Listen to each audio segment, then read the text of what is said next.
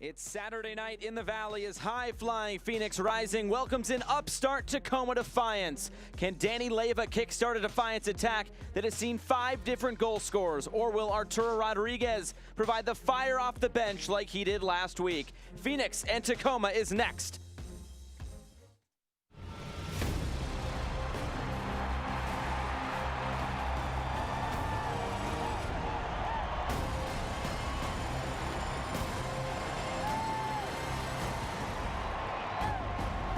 Wild Horse Pass is all ready to go again for a Phoenix Rising Saturday night. They welcome in Tacoma Defiance to Chandler, Arizona. Tonight's match is presented by Equality Health. With Devin Kerr, I'm Josh Eastern. Thanks for being with us.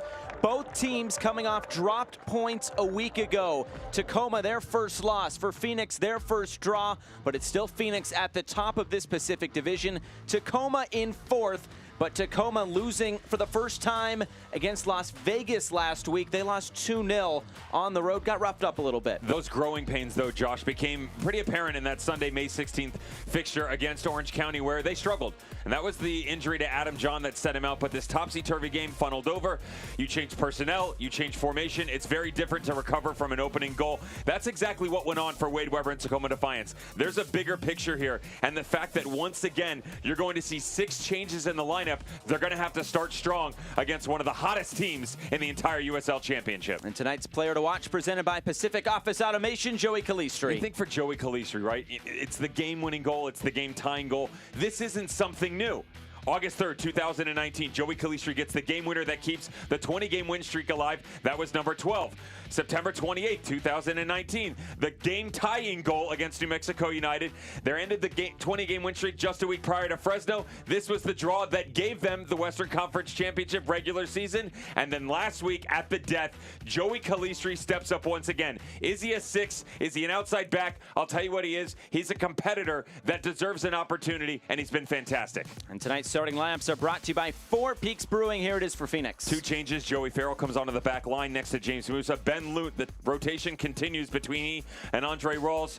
We know this team's good in transition. We know they can move the ball. The question is going to be, is the consistency going to continue to be apparent when there is rotation within the team? We've seen that over the past couple of matches, whether it's the front line, in the midfield, or the back line. If there is a change, you have to be able to step in and be seamless in transition, Josh, and go get a result. For Wade Weber and Tacoma Defiance, I mentioned the 6 changes. Spencer Ritchie steps into goal on loan. Mendoza, Taylor Mueller, former Charleston Battery great, and Madrond on the back line. Vargas into the midfield, and then the front 3. Dabbler on the right, watch that. Danny Leyva is the one in the midfield who's really going to be able to try to control the tempo. Whether or not they're capable of that is another story. The last thing Weber wants to do is chase in this match. So Phoenix had a franchise record crowd a week ago at Wild Horse Pass. What will they get tonight? It's Phoenix, it's Tacoma. Kickoff is next.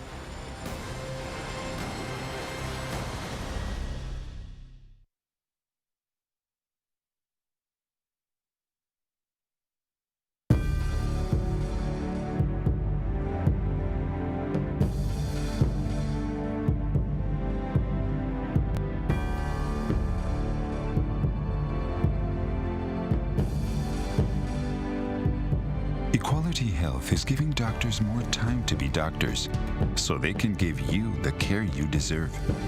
Ask if your doctor is part of the Equality Health Network today. Equality Health. Caring is back. We're Carvana, the company who invented car vending machines and buying a car 100% online. Now we've created a brand new way for you to sell your car. Whether it's a year old or a few years old, we want to buy your car. So go to Carvana and enter your license plate, answer a few questions, and our techno wizardry calculates your car's value and gives you a real offer in seconds. When you're ready, we'll come to you, pay you on the spot, and pick up your car. That's it. So ditch the old way of selling your car and say hello to the new way at Carvana. At Arizona Federal, our passion is to help out the community where you live and work, because where you bank should make you feel good. Show your support for the home team with the Phoenix Rising Visa debit card. When you open a new account, you can score $100 just for using your card when you shop. How's that for an easy goal? Be a part of our commitment to the community. Arizona Federal Credit Union.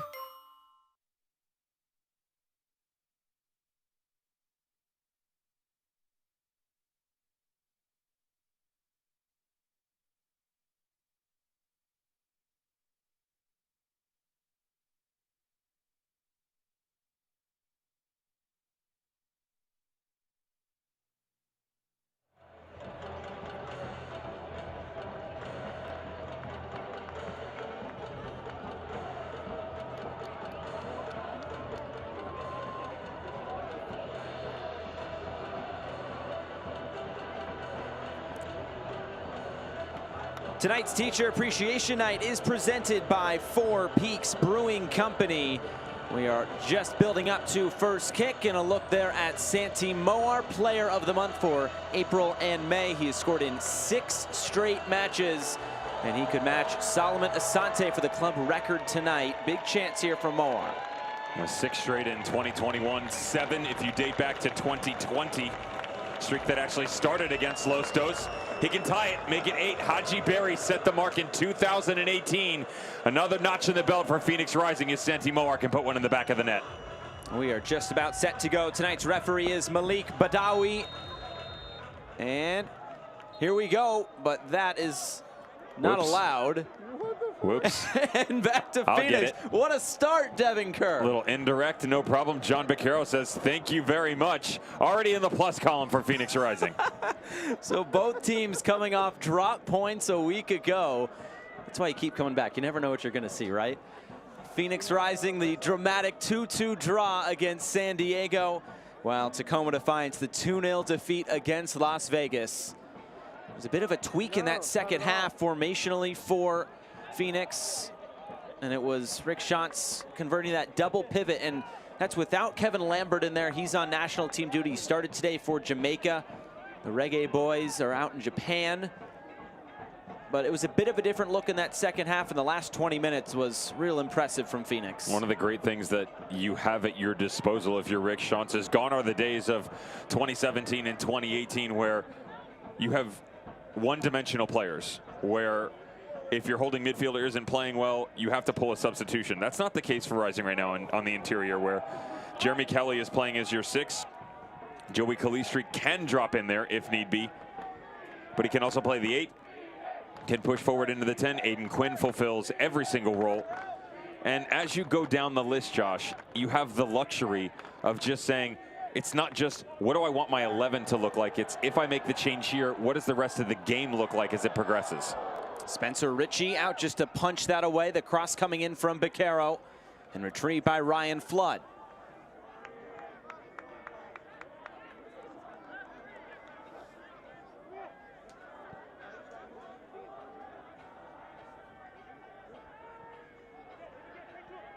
Here's Joey Farrell, who Rick Schantz has pointed out on set pieces. That's where he scored his lone goal so far on the season. Could be one to watch as the game progresses. Switch of play, looking to find Beccaro into the path of Asante, and saved by Ritchie.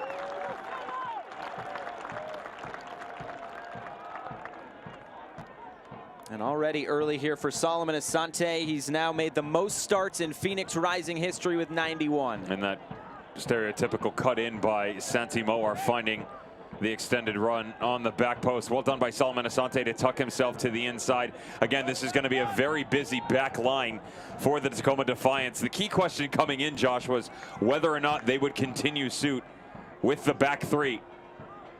Having a little trouble right now trying to figure out what this is going to look like starting from the back moving forward. Last time out, they utilized Kisner, Sissoko, and Tamba Witt. A little different now. Sissoko, the only one out of that back line that is still there tonight, trying to figure out what the direction is going to look like progressing. It was Sissoko who recently signed a homegrown contract with the Seattle Sounders back on May 21st. And a foul, Joey Farrell coming up forcefully and bringing down the youngster Reed Baker-Whiting. Another one of those recent homegrown signings for the Sounders.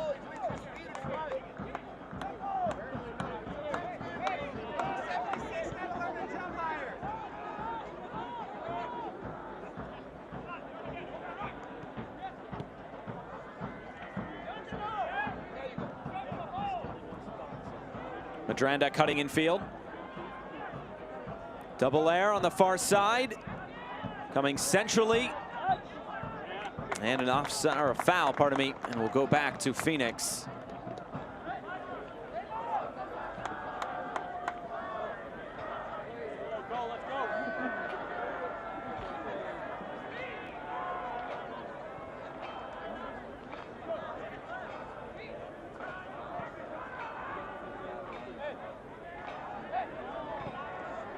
There's Musa playing out of the back. Vargas providing some pressure, and back for Ben Lunt, who was back in the starting lineup tonight. It seems like just been a flip-flop with him and Andre Rawls after Rawls got back healthy. And I know Rick Schantz has told us in the past he likes having 2 number 1s, but what is this going to look like, do you think, moving forward? Well, understand the fact that obviously the injuries are the key reason that we're in this situation for Phoenix Rising. But with the addition of the 2 loanees, fantastic goalkeepers, by the way, the fact that they haven't given you a reason, Josh, number 1, to make a change, you got to keep them happy, and also understand that the parent club sent them there for a reason as well. They want them to make sure they're getting regular repetitions. So that's got to be the reason right now that you're switching back and forth. Look at that ball from Musa over the top, finds Moar, who cuts in field. He'll provide the service. It's headed away by Mendoza. Double Air will look to carry this out. Vargas, and he was fouled. Let's take a look at tonight's injury report, brought to you by Spooner Physical Therapy. Lubin remains out, Billingsley as well, and Aiden Quinn will miss his 2nd straight match. Picked up a knock just prior to last week's game on Friday during training, and not fit enough to enter the 18 here this week. Oh, but if you're a Phoenix Rising fan, that's more of a precautionary tale that should be told as opposed to a long-term injury. Again, with the depth that you have within this squad, better safe than sorry, right, Josh? Yeah, even without Lambert. Yeah, it's a smart move. And international duty, injuries, whatever it may be, it still gives you the opportunity to give guys more repetitions. And for a team that's already in form, that bodes well. You know, they step right in there, just continue to apply the pressure, make sure that you maintain shape, all of which Rick Schantz, you know, he's had issues in the past, and that's not the case this year. Here's Baker Whiting. Top of the box. Knocked away. Becerra will head this back. Dangerous as Adeniran was crashing in. And Lunt will distribute. Finding Moar in space down the left again. Sante's alone in the middle. Moar defended by Sissoko, and he just tripped over the ball. On that right side is already a cause for concern. Tacoma Defiance are going to sit with 3, and moving Jimmy Madronda to this left wing back position is totally fine, but they're paying respect over here. You know, they're sitting on the left side in front of Randy Mendoza for the concern that is the 2-pronged attack of Solomon Asante and Darnell King. The same sort of respect isn't being shown on the right. They're already moving Double Air quite high, which means it's much easier for Santi Moar in transition inside 10 minutes to attack that space. Have to be very careful if you're Wade Weber and Tacoma Defiance, because Sissoko's only going to be able to do so much. And there's a look at Rick Schantz.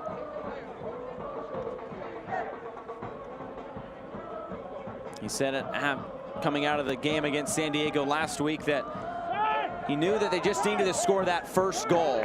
And once they scored that first, he knew a second was coming, and surely it came. Think about that, Josh, as well, that fans would love to sit back, win every game, have an outstanding performance, dominate possession, yada, yada, yada. That's not how seasons go. And to be fair as a fan, Josh, you don't want it to be that way, because Rick Schantz has talked about this in past. We've discussed it as well. 2019, it became more about the result than the overall product. That came back to bite them at the end of the year. You want to experience frustration. You want to go through the trials and tribulations. And that was a game, it's a character definer. How bad do you want this? You know, if you're not playing well, if we change things here, we alter the personnel, can you find a way to go get a result? And that's exactly what happened. That's the type of thing that you want to see in the front office, the coaching staff, you know, the boys sitting on the bench, that through adversity, you're able to persevere through. You know, not everybody on the field so far for Phoenix Rising is playing at an extremely high level. But when it becomes more than one player that can't step up, if it's not Santi Moar, if it's not Asante, if you don't have a great goalkeeping night, who is going to fulfill those shoes? It took the better portion of 30 minutes to start to answer, or excuse me, 60 minutes final to start 30. to answer those questions. Yeah. But they finally did down the stretch. And Rick Schantz prides himself on building that culture within Phoenix Rising. talked to us a few weeks ago and said he has a 150 slide PowerPoint about team culture and what he expects from these players. Who do you think put that together for him, by the way? Is that a Jose Bosch move? I don't know. Would you sit through that whole presentation? I would sit through it. I just want to know who's working the projector. Is that Jose Bosch or Jason Minnick? You know, one of those two guys? Staying late after practice. Pull the screen down. Get the overhead projector ready to go. We're going old school here. Oh, yeah.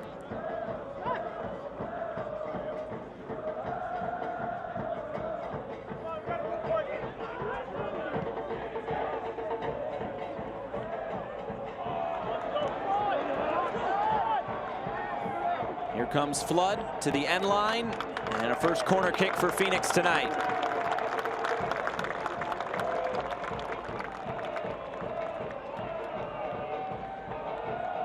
South End providing the soundtrack at Wild Horse Pass once more tonight. Over 8,000 fans packed Wild Horse Pass a week ago, a franchise record for attendance. No capacity restrictions. And here's Santi Moar on the Carvana corner kick. The in-swinger is headed away by Sissoko. Potential chance for Madronda to counter. Tried to catch Lunt way off his line, and he put that way out of play. Hey, you got a souvenir. Got to give it back. It's not a foul ball. It's like Cubs game. Throw it back. Throw it back. Home run in the left center, Wrigley. Back over the ivy. Nothing like it.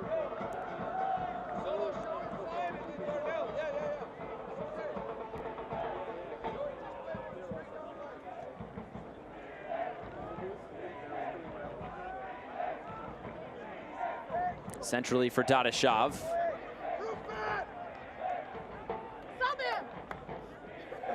Ooh. That's your peanut gallery again. You know, it ceases to amaze me, or never ceases to amaze me, I should say. That never lacking opinions, are we? Got to respect the passion by the fans. There's Jeremy Kelly getting stuck in. The loanee from Colorado, and sitting in that midfield where we've seen Kevin Lambert throughout the years.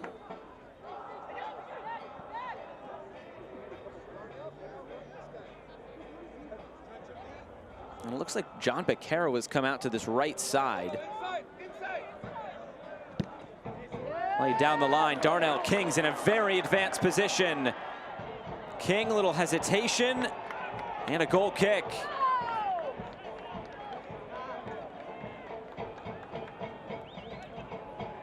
You expect better here for sure, especially with the move by John Beccaro. As he steps, that's going to force the movement of Madronda or Danny Leyva to step up and attack the midfielder, because you can only give him so much time. He's that good of a player. He's going to push himself into an advanced role, beat you 1v1, or take advantage of the space. And a last-second move on the near touchline allows Beccaro to find Darnell King, who, to be fair, probably should have done better, especially with... Here's Adeniran getting in behind, keeping possession. Flood went to his feet. Adeniran, it's saved by Lunt. Down with his right hand.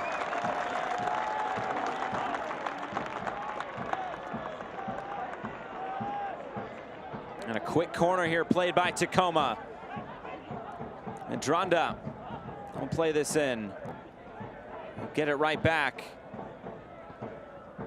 Top of the box again. Baker Whiting loses his footing. Mendoza will keep this in, and King will knock this clear.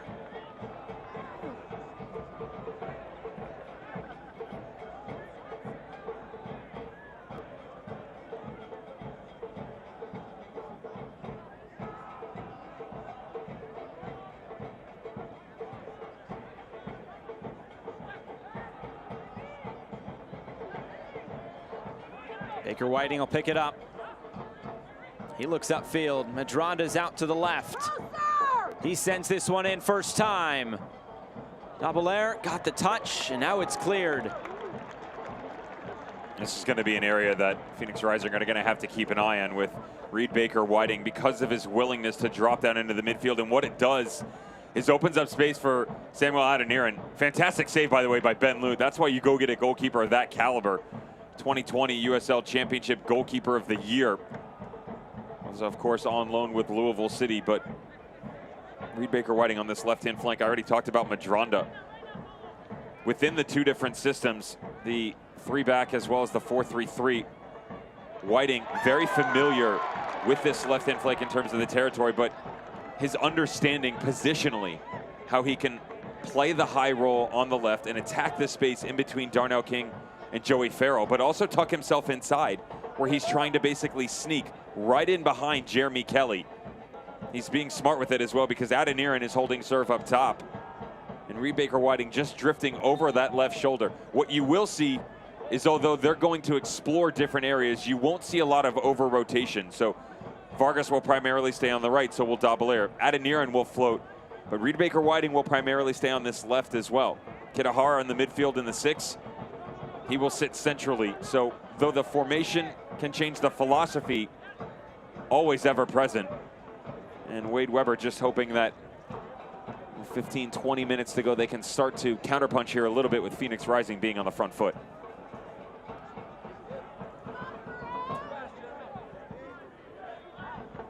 Jimmy Madronda making his first appearance here for Tacoma Defiance. He's only made a couple of appearances off the bench as this is played over the top. Adeniran shoots it, saved, and on the rebound, it's pushed out of play. Samuel Adeniran finding himself in great positions, but looped up to the challenge again. And this is the other part of it, Josh. As Reed Baker Whiting drops in, the issue you have is who goes with him. So if the midfielder goes, that's fine. Darnell King already in advanced role, so here's the one-on-one I was just talking about. Adeniran's gonna slide side to side up top, and when he gets into those situations, that's going to be a mismatch. Adeniran will have the beneficial movement coming towards him, balls into space. He's gonna like the 1v1 against Joey Farrell. A decent amount of possession and good possession for Tacoma in this opening 16 minutes. That's something Rick Schantz is really not afraid to do, is let the opposition have the ball.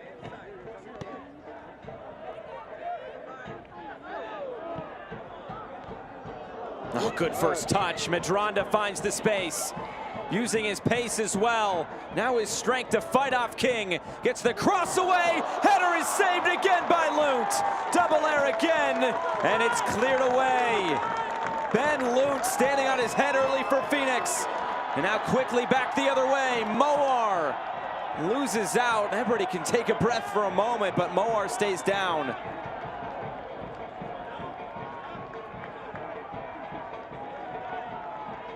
You can understand why Seattle Sounders go and get a guy like this. 100+ appearances at the professional level, primarily within MLS. Having his way, Adeniran right now, who just muscles his way, trying to will his team to a goal. And then on the counter-attacking option after the fantastic save by Ben Lute. Good tackle by Taylor Mueller, sliding over, helping out Sissoko. Just gets tangled up a little bit with Santi Moar. Caro sends this in. Dadashov will let it bounce. Sissoko fighting him off. Back for Richie. Eventually Tacoma gets that right and knocks it clear. There's Adeniran and Musa getting tangled up. And the foul. Equality Health is proud to be the season presenting sponsor of Phoenix Rising again this year. At Equality Health, they help doctors manage the business of care so they can spend more time giving you the personalized care you deserve. To stay healthy this season, be sure to make your wellness check appointment with your doctor today. If you don't have a doctor, visit equalityhealth.com.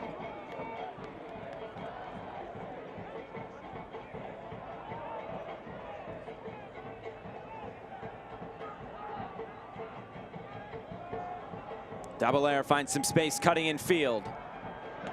Going to ground was Farrell, and he got that one just right. And now he'll carry it forward, why not? Asante clips this in. Dadashov is offside.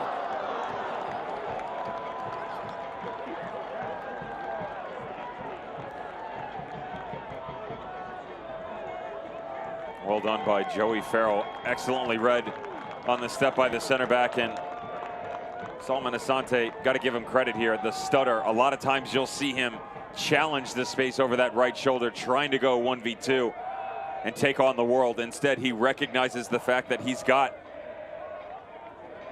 the advantage on the back post with Rufat Dadashov. Unfortunately, the form of Rufat Dadashov has been a concern for sure for Phoenix Rising. Definitely not what we saw in 2020. 11 goals and 4 assists to his name in just 18 appearances regular season and post. A lot of offside positions as well, where he just has to be much smarter. That's not a difficult read for him because the momentum from the back line is already going to be stepping. He's just got to have head up. He's already got the space to his advantage because he's matched in between the two center backs on the back line. Just a little step up. You've got the explosion of speed. You've got the height. Let Asante put it up and you can go make a play. It was subbed off last week in favor of Shea Adekoya. Rick Schott saying they were just looking for a bit more pace up top. They also brought in some pace with David Egbo, the loanee from Vancouver Whitecaps.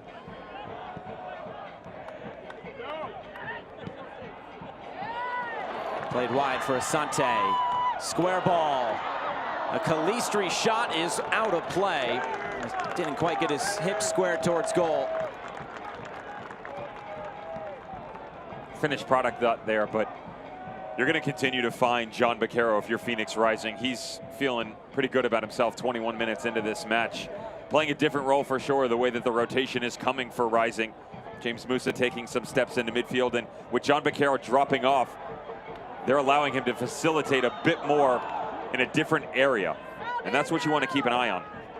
Tacoma Defiance not willing to step out and challenge him, so he's really having freedom, Josh, to just pick and choose his moments. Added Aaron is giving this back line quite a bit to think about. It's cleaned up by Kelly and back for Lunt. Since 1947, Select has been the leader in soccer ball quality and innovation. Select is the official ball supplier of the USL Championship and many of the elite leagues throughout Europe. For the latest Select products and special offers, please visit selectsportamerica.com. Flood there to recover. And his pass was just too heavy for Moar.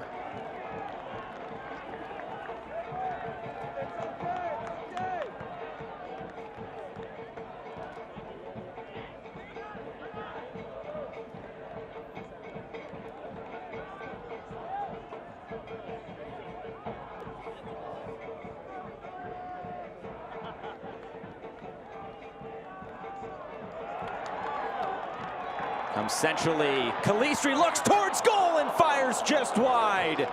A low drive looking for that left corner. He wasn't too far away.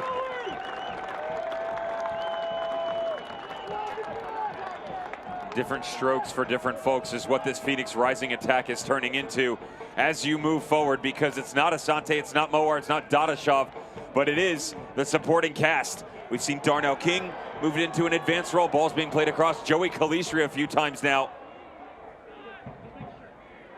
Don't be surprised if it continues in this fashion, the way that they're moving the ball. Moar right at Richie. And back to Calistri for a moment. It was nice to see his former college coach, Tim Lenahan, give him a shout out. This is played over the top. Adeniran still on the ball. And now Flood steps in and clears this away. Of course, Joey Calistri playing his college soccer at Northwestern. As Madronda now gets this, and his shot fired well out of play.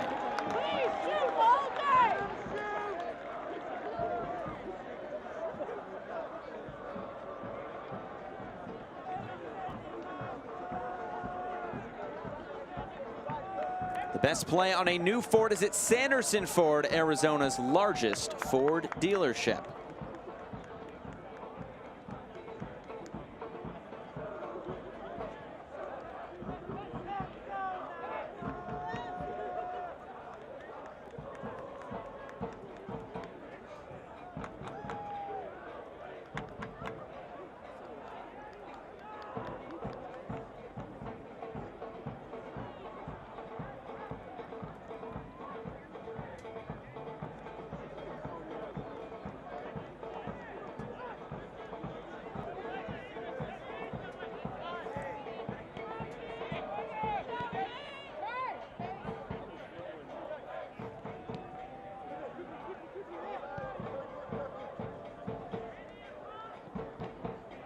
Musa picks out the pass again. Calistri just couldn't bring it in.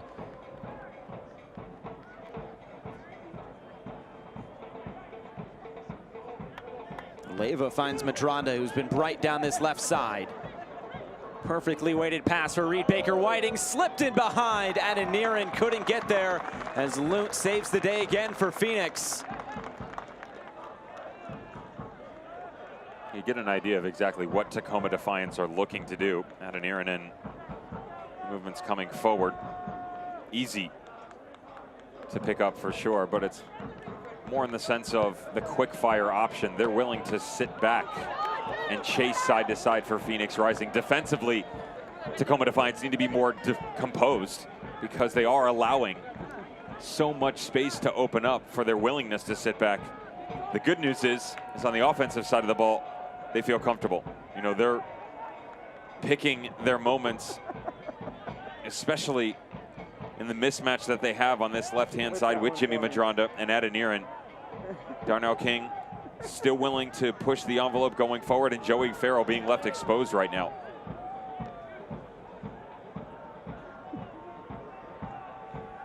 And Miguel Berry gave Phoenix some trouble last week, or San Diego scoring that early opening goal for Loyal.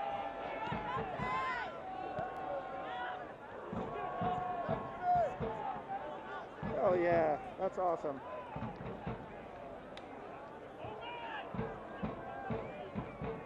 And it's Jimmy Madronda making his first USL Championship appearance since 2019 with SKC2.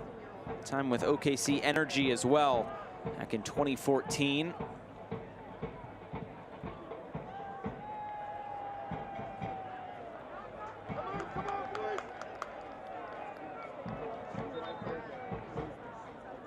Of course, the last time these two teams played, all the way back in 2019 and August 27th, it was the 4-2 come from behind win, 3 goals within a 3-minute stretch for Phoenix, and that was, of course, the record for the longest win streak at 16 at the time, before, of course, Phoenix expounded on that.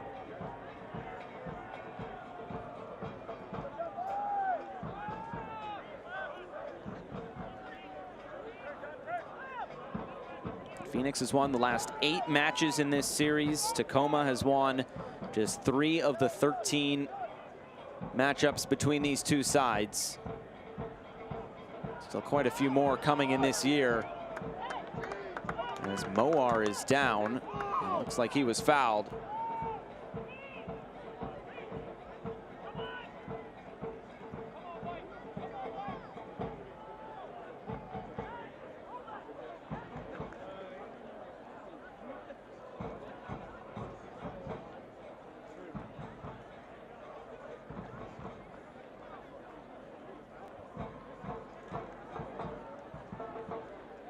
Oh yeah, that right ankle looked like it turned over. And Moar getting back on his feet.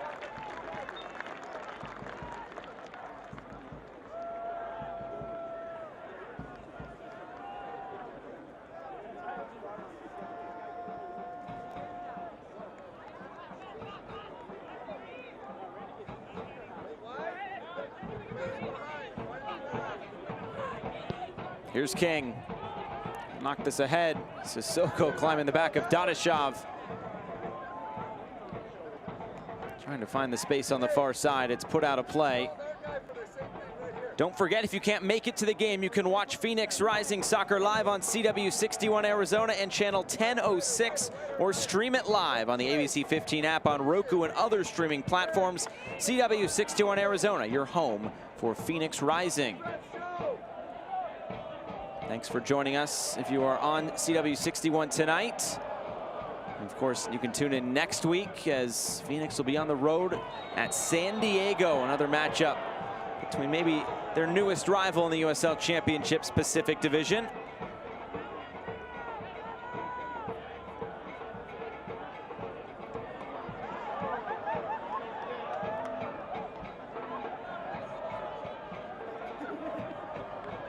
The foul on Dadashov.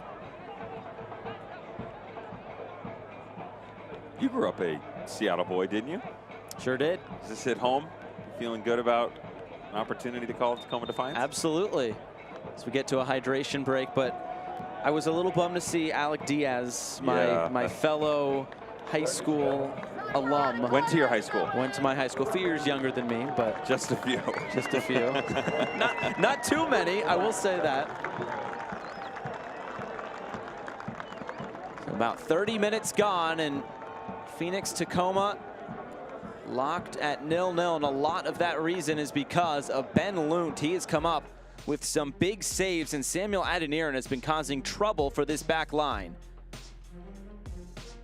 And in the 13th minute, that was his first opportunity. Adeniran, just his third appearance of the season, his first start. He was signed on March 15th. Just a couple of minutes later, Adeniran forcing another big save, and on the follow, he just couldn't quite get there. And in the 18th minute, Medranda causing all sorts of trouble down the left. And this was maybe the best of the bunch for Ben Lunt. And when Rick Schatz talks about that goalkeeper competition, he is serious when he says he has two number ones with Lunt and with Rawls, both on loan from MLS sides. Lunt recently acquired from Cincinnati, and of course, Rawls on loan from Colorado. Think about who he's gotten the opportunity to work with over the past couple of years. It's insane.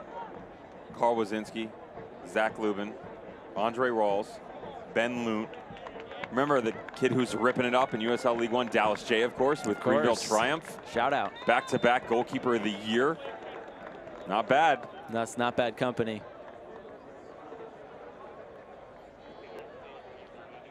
And he told us when he was even at Tucson, he had a couple of number ones that he was always looking at, and it'll be really interesting to see when it comes down to those big matches towards the end of the season where you can clinch a playoff spot. Who do you turn to in those moments? Because that says a lot as a coach. And the other thing is, whether it's the goalkeeping position, referencing specifically the decisions that have been made the past couple of matches, or anywhere else on the field, you and I were discussing this, he's not afraid to pull the trigger and say, come sit right here next to me. If you're not willing to perform at the highest level every week, your spot's not safe. And we've seen that already. Credit to him for staying true to his word. And he said coming out of that Tampa Bay game, the reason for a couple changes the next week against Las Vegas was just that reason. Spots are up every week. We've talked about the depth with this team, especially when Kevin Lambert comes back, when Quinn is back healthy. Even Noah Billingsley, that was a reason why Tate Schmidt was brought in this week on loan from RSL. And a head injury here. I think Farrell clashed heads as he is down.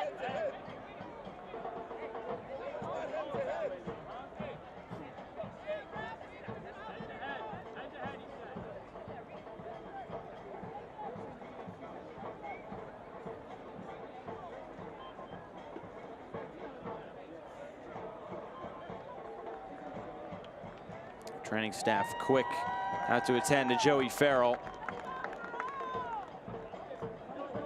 And the ball coming up over top. Darnell King saw the space, but they had the one-on-one, so it was an issue. Oh, there it is, right there. Yeah. Oof. Adeniran. 6'5" frame against Joey Farrell. Not many players tower over Joey Farrell. Just clash of heads in that 50-50 battle. Proud Philly boy, Joey Farrell. Every picture I see of him on social media is wearing a Phillies hat. It's one of my, I don't want to say most clever, but one of my personal favorite calls that I've ever had for Joey Farrell was at Phoenix Rising, because I had him at Rochester as well when he was under Bob Lilly back in 2017 and the team that made their run. But when he came here, I remember when he scored one of his goals, and I said, just kind of came. Phoenix Rising's own Philadelphia Flyer. Oh, I was a big fan of that clever. one. Yeah, you know, I don't come up with much, Josh, but sometimes you rack your brain for things, and it was just in the moment. And he's a gritty player, right? Yeah, you know, there's a very, it's not a very famous movie. There's a movie that I truly enjoy, and it's called American Flyers. It's a cycling movie. And for some reason, the two of those go hand in hand for the quick pace, the movements, and I don't know, it just kind of popped in my brain with Joey Farrell, and a guy who, you know, patching up right now, get an opportunity to meet him. Class individual. You know, he's super polite off the field and on the field. Of course, we've seen what he's been capable of, but that blue-collar mentality, it's funny, the grit, the desire, the competitor, though that does exist off the field, and you get a good look at Toby Adewale starting to warm up. An extremely kind-hearted individual that your hope is able to get right back at it.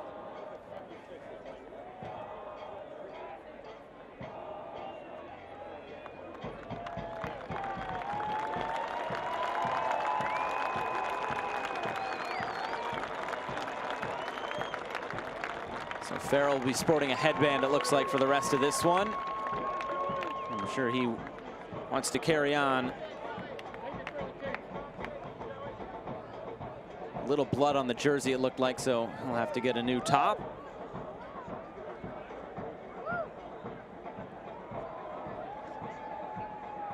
It's new white kits. I believe it's the first time they're featuring them at home this season. They look good under the lights at Wild Horse Pass.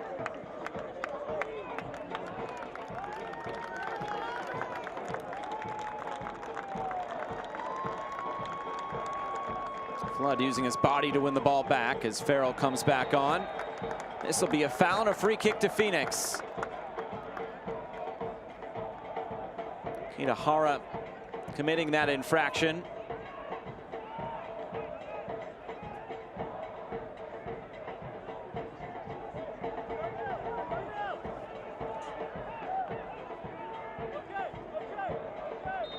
Set piece opportunity for Phoenix.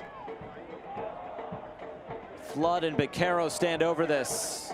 It'll be Flood to put his left foot through this one. Good service. I think that went off the head of Rufat Dadashov. It did, out of play.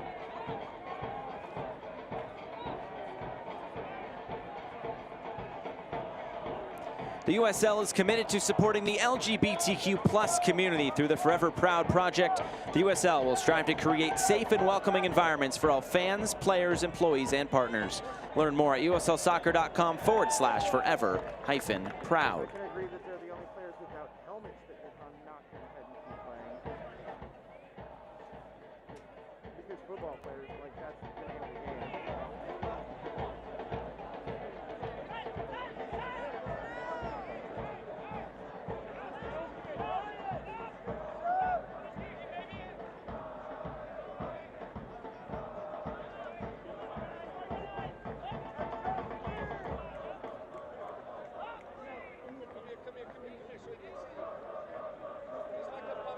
Loon patient with it here at the back.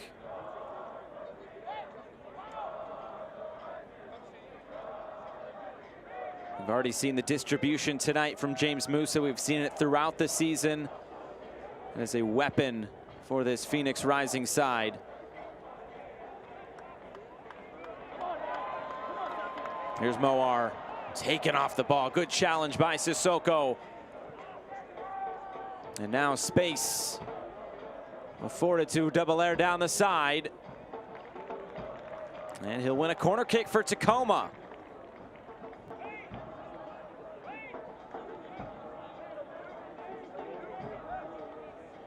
Shots pretty even here. 5 for Tacoma, 4 for Phoenix. And those 3 saves forced out of Ben Lunt.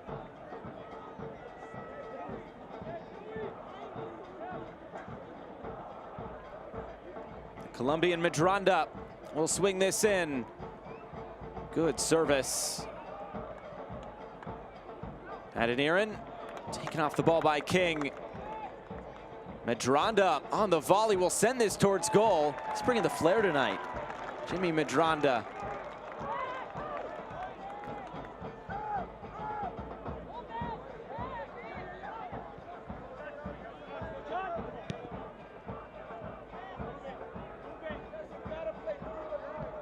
Wade Weber taking over this year for Chris Little, who went to Colorado as an assistant coach. Weber's been with this organization as Asante takes this on! Oh, that's a tremendous goal from Solo! Some Solo magic in Wild Horse Pass. 1-0 Phoenix.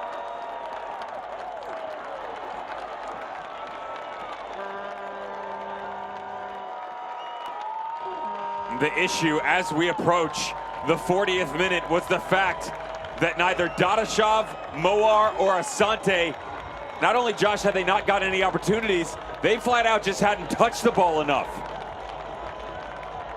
Guys of that talent, that pedigree, you have to find a way to feed these movements going forward, but it also comes down to just individual brilliance. The ladder shines bright for Solomon Asante from about 25 yards out here.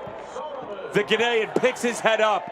Spencer Rishi, bit off his line, bit shielded the near post, but perfect for Solomon Asante to pick out the opening goal. That goal is brought to you by Arizona Federal Credit Union. 4th goal in the season for Solomon Asante. Comes on the night where he breaks the record for most starts for a Phoenix Rising player with 91. He just passed Carl Wazinski and eventually Kevin Lambert for most appearances a few games back. And if he plays 76 minutes tonight, he'll be the all-time minutes leader as well. Becoming the king of Phoenix Rising here, Solomon Asante, if he wasn't already. Oh, he's wearing the crown for quite some time after the torch was passed from Didier Drogba to Solomon Asante. Tacoma Defiance had to have felt pretty decent moving into halftime about the fact that although there were some movements coming forward for Phoenix Rising, they had eliminated the options from the front three. You see how quickly that can change.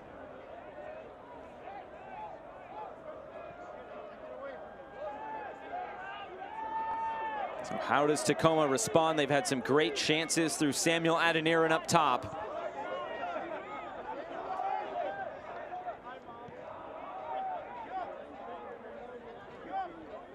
When Phoenix scores first this year, they have not dropped points. 4-0-0.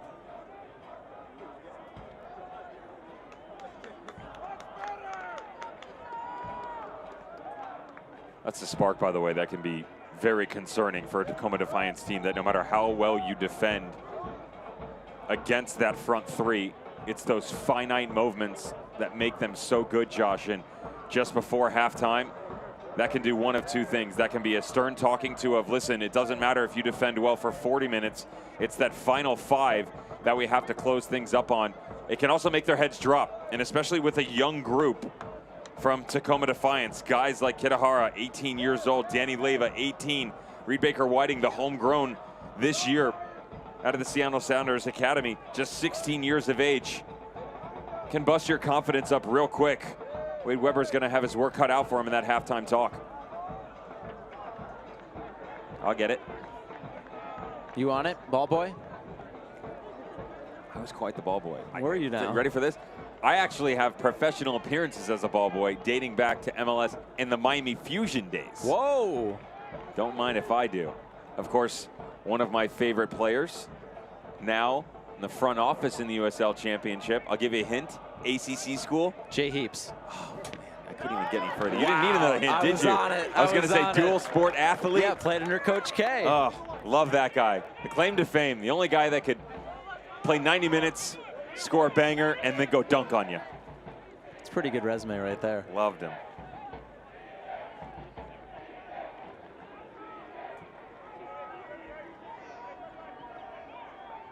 So final 90 seconds of this first 45 minutes where we get into stoppage time. It's the moment of brilliance from Solomon Asante.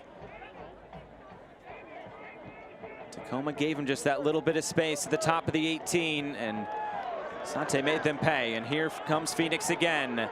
Beccaro had a look at it. Asante will square this ball.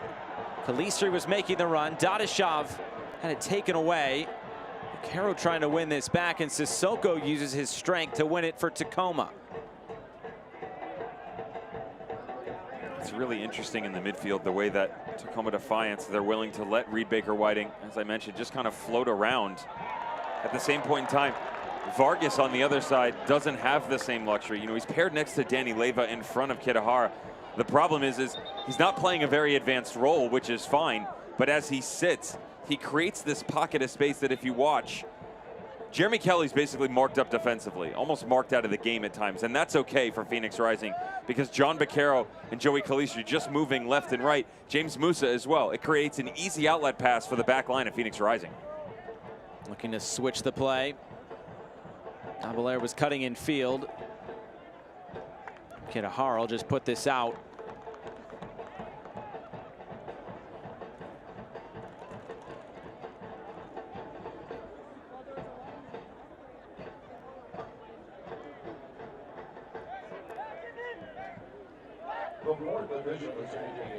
It'll be 6 minutes of stoppage time, and that's presented by Sprouts at the end of this first 45 minutes. The hydration break and the injury to Joey Farrell contributing to that 6 minutes.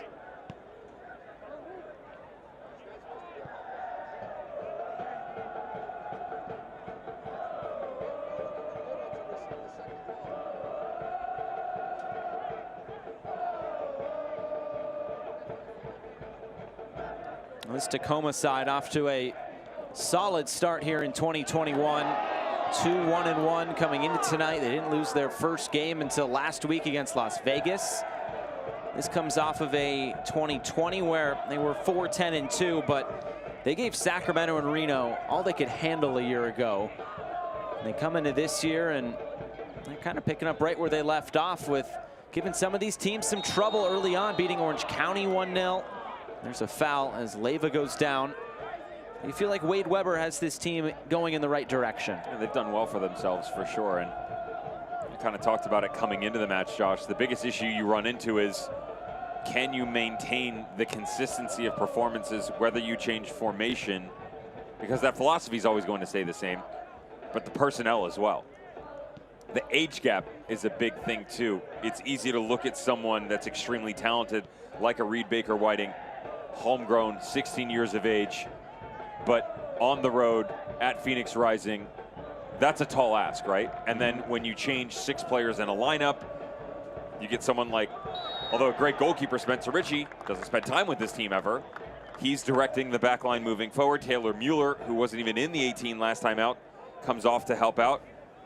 So when all of that moves, can you still continue to put one foot in front of the other and walk the fine line, especially at a pace, at a place like Wild Horse Pass?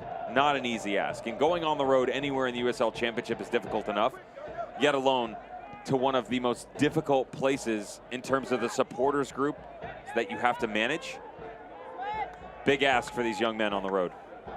Add in the heat factor as well. You don't have a lot of hydration breaks at 8:30 at night across the country, but you do in the desert. Temperatures up towards 100 degrees. But as they say, it's a dry heat, Devin. There's no humidity. I have this conversation every single time I get into it with Rick Schatz, and we talk about the heat, and he goes into, wow, it was 108 today in a training session, and I just say, listen, settle down. It's still hot. It may only be 92 degrees in Florida, but the humidity's at 85%. It's the ongoing war we fight between each other. It's a great war to have, you know? Could be way worse. It could be worse. It could.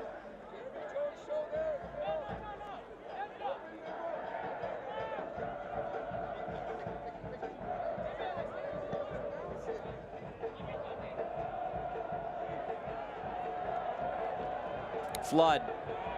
Early ball in, stabbed away by Mueller.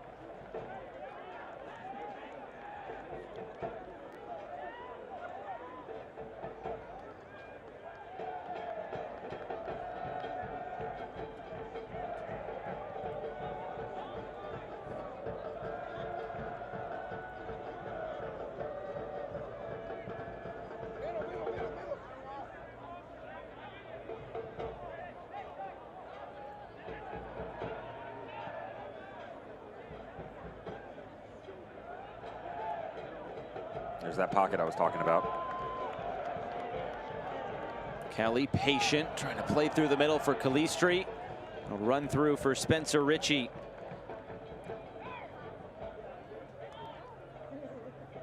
And the issue you have for Tacoma Defiance is as that initial space is open, Phoenix steps into it. Now you start chasing your tail, Josh, because it's Very much like a domino effect. One thing after another. One player steps. And Santi Moar slides over and trying to find a way to just lock it down. Madronda firing that ball in. He's provided some good service tonight.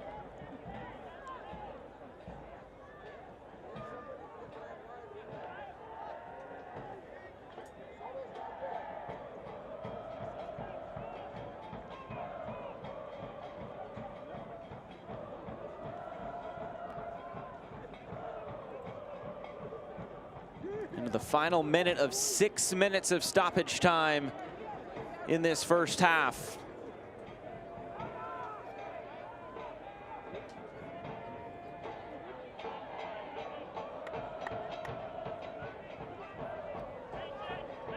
Both sides with 6 shots tonight. Tacoma came in dead last in the league, although only played 4 games in total shots. Phoenix up at the top as Dadashov looks upfield.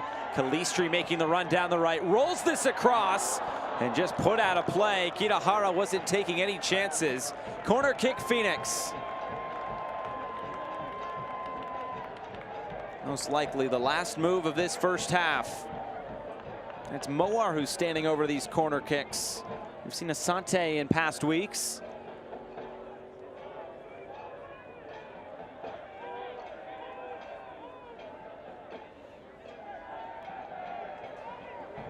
Here it comes towards the near post. Flicked along by Dadashov, out of play, and that is the end of the first half. Solomon Asante's goal is the difference. Not the best offensive performance by Phoenix Rising in the first half. Defensively, definitely some tweaks to come.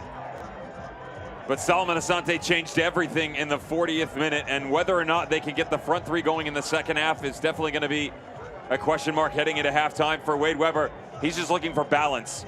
You know, we've seen some bright moments out of Madronda, Adeniran up top, but can he create proper fluidity from this team back to front with 45 minutes to go, down a goal on the road? Both teams looking for a bounce back this week after drop points a week ago. And so far, so good for Phoenix Rising. Solomon Asante has the goal. Stay tuned for halftime. It's Phoenix Rising 1, Tacoma Defiance 0.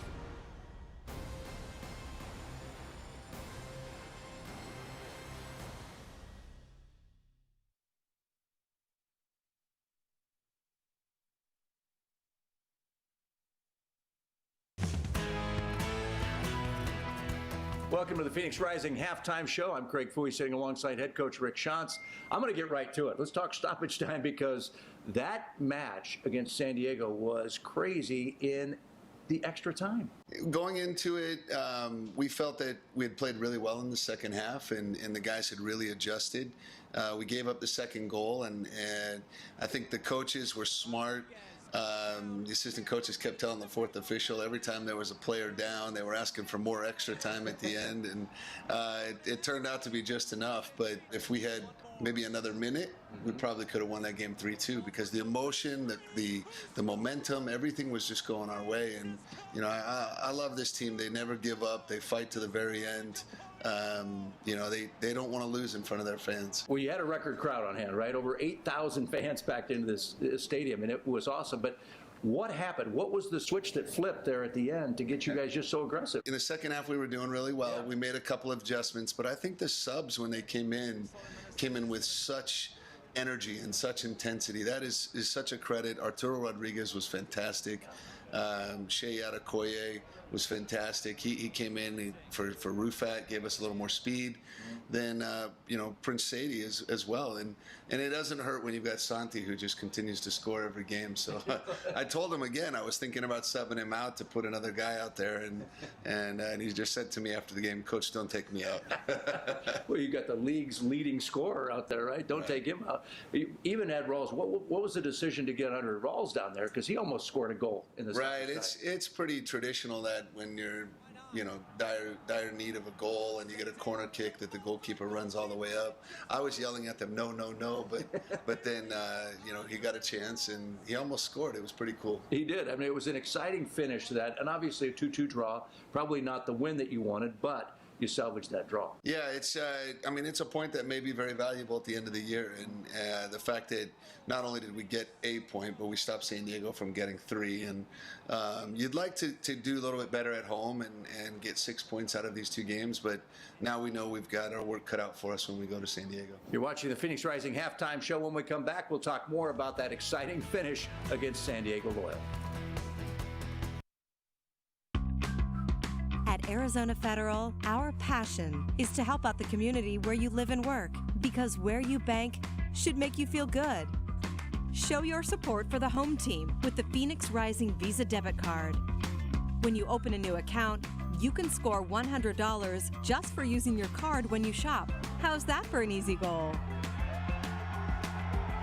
Be a part of our commitment to the community. Arizona Federal Credit Union. Pacific Office Automation is the one source for all of your business technology. Copiers and printers.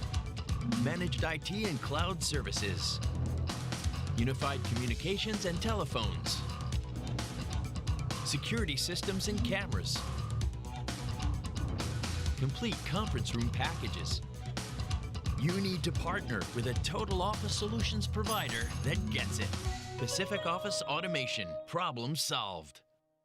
It starts off with a little seed, and with a little love from nature, it sprouts to life. And when delicious fresh fruits and veggies are perfect, they are rushed to the home of fresh. Sprouts, where goodness grows.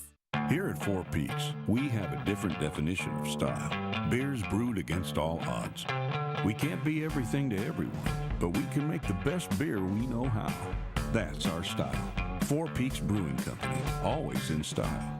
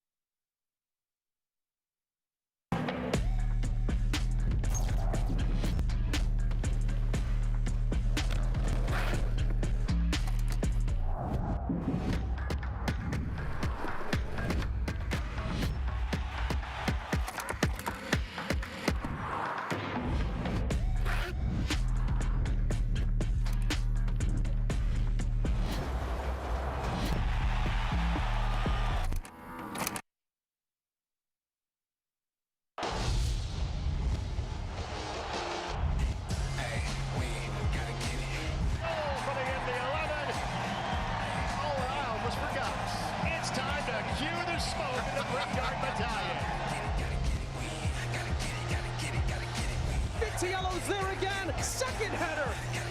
Here's a chance for Cicerone. Russell Cicerone, the leading goal scorer.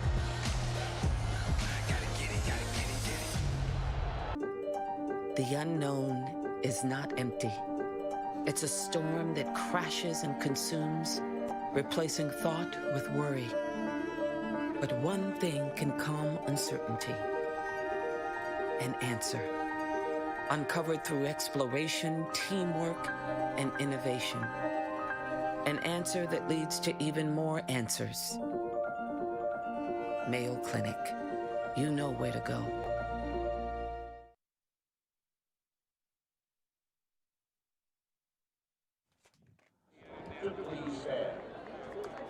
It is halftime here from Wild Horse Pass. 1-0 to Phoenix Rising. We get into the month of June in this USL Championship season. Plenty of talking points.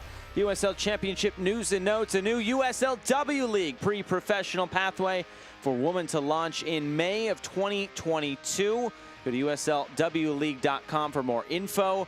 Santi Moar earns Player of the Month in the next USL and ESPN game. Pittsburgh and Indy. Last time those teams played, Tyler Pasher had something to say about it. And a world beater from distance for sure. And Pittsburgh were the better team. And those are going to be two teams that are looking for a bit more identity so far. Pittsburgh Greyhounds drawing tonight against Miami FC 1-1. And of course, Indy 11 haven't won in 4 matches. Back-to-back losses coupled with the draw. They're going to try and find their form again. And you said you were excited about that Charlotte-Hartford game tomorrow. Absolutely. 100%. That's a standard setter, right? They need to step up and say, if you're Charlotte Independence, you beat the Tampa Bay Rowdies, fantastic defensive performance. Now it's time to follow up. For Hartford Athletic, though they've started off well, they haven't really beat anybody yet. You know, a lot of great games around this league for sure. New Mexico United, San Antonio dipping in form recently. Switchbacks FC, again, so much to play for, Josh. Still early on in this season, plenty of season ahead and plenty more soccer tonight ahead from Wild Horse Pass. Second half is on the way.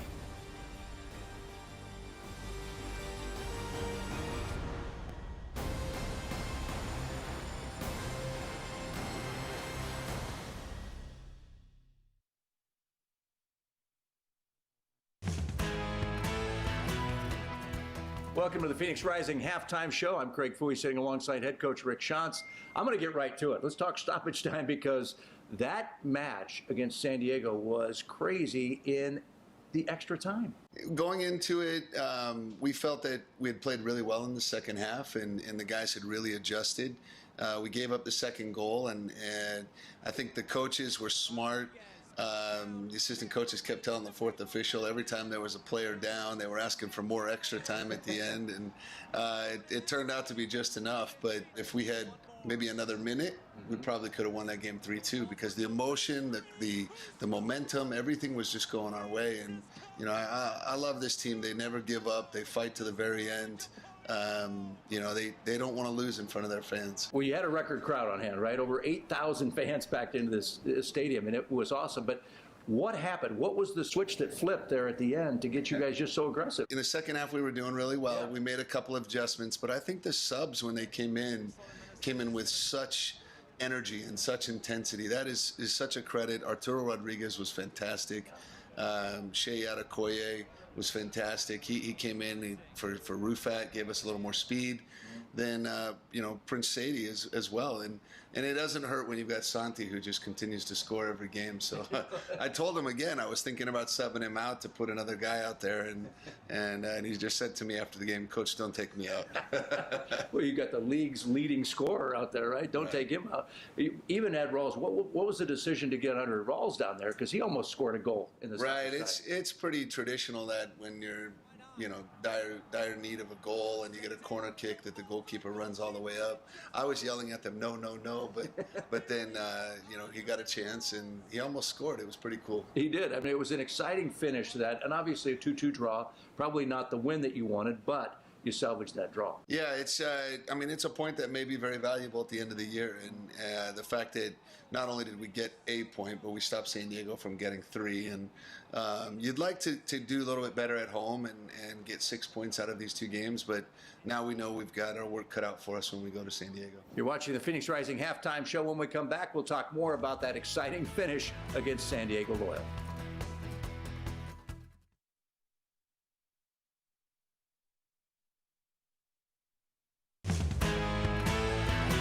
But does anyone really understand kids?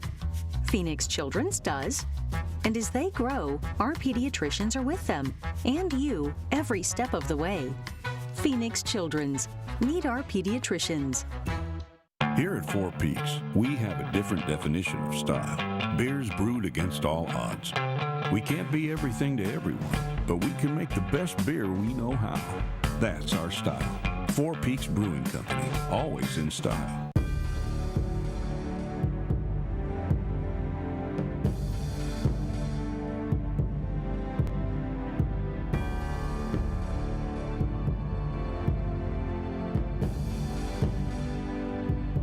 Equality Health is giving doctors more time to be doctors, so they can give you the care you deserve. Ask if your doctor is part of the Equality Health Network today. Equality Health. Caring is back.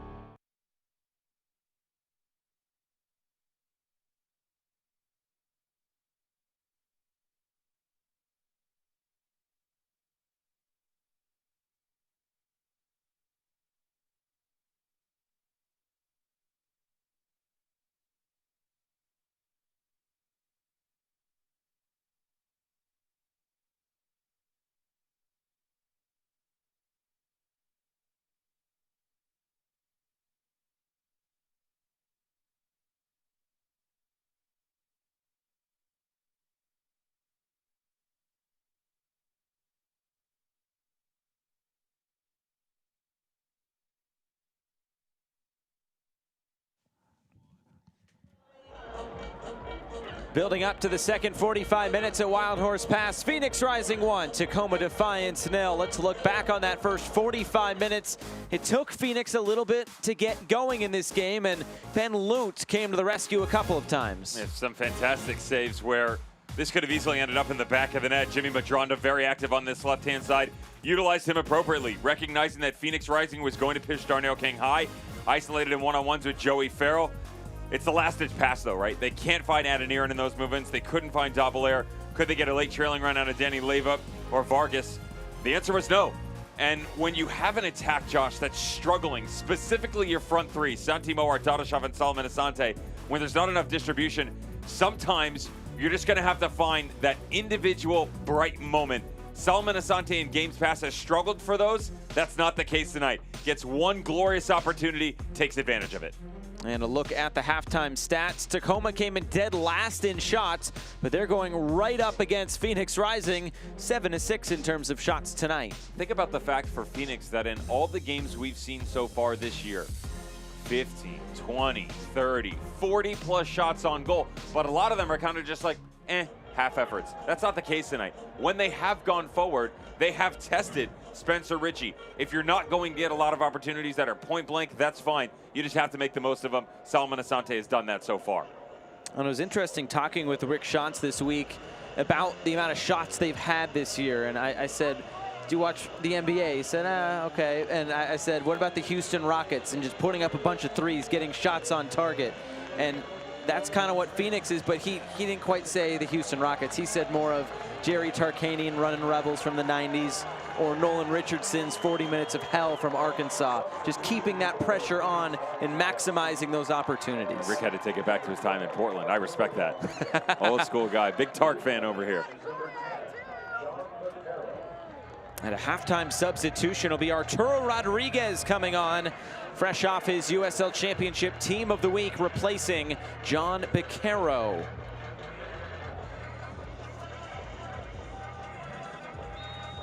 So that's the lone halftime sub. We're underway for this second 45 minutes.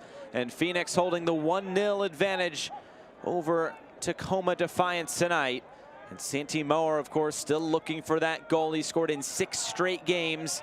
And would tie Solomon Asante for the club record of 7 if he gets on the score sheet tonight. And there's Rodriguez.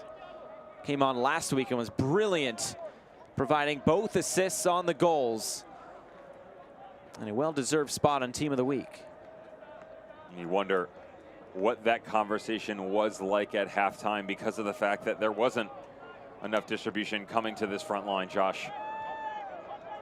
The amount of talent that you have to try and find a way to provide them more opportunities. That just didn't happen. There's Moar. Gets to the end line. Stands this up back post. The header from Dadashov's right at Ritchie. Quick distribution for Madronda. That matchup with Darnell King has been fun to watch. Now Tacoma's left and Phoenix's right. Well, that's difficult for the back line as well, because for Darnell King, he wants to be involved in the attack. They expect him to be. So in that advanced role, you still have to keep a weary eye over the shoulder. And the second, by the way, that he sits back the entire time, he's almost lost, right? Because as he sits, though you may lock down Madronda, you open up more space in behind. Clipped in and saved by Ritchie. I'm not sure if Dadashov got a touch on that or not, but Ritchie forced into action. Corner kick Phoenix. Inadvertently, you end up conceding more possession to the opposition. And for Phoenix Rising, they wouldn't mind having some more of their own as well so that they could start to dictate the tempo on themselves. Solomon Asante was the one who scored the goal. And the way that this ball bounces through, it's going to make it home for itself in that far post. Solomon Asante wasn't in the run that time. Santi Moar is trying to pick out Dadashov, who's still trying to find that breakthrough on his end. Flipped in, Farrell's up for it, and it loops out of play.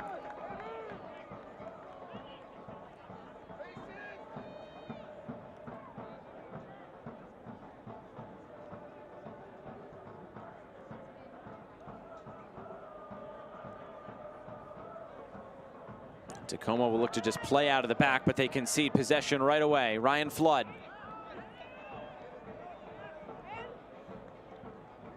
Rodriguez.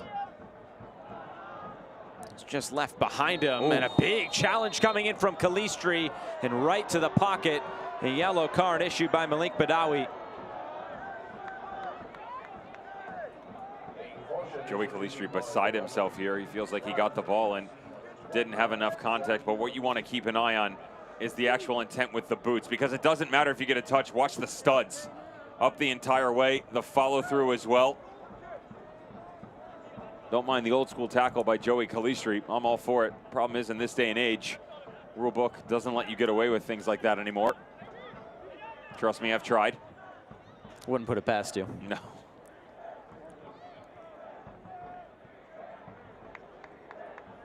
Well, our Jose Bosch was able to catch up with Rick Schantz at halftime. Let's hear what he had to say.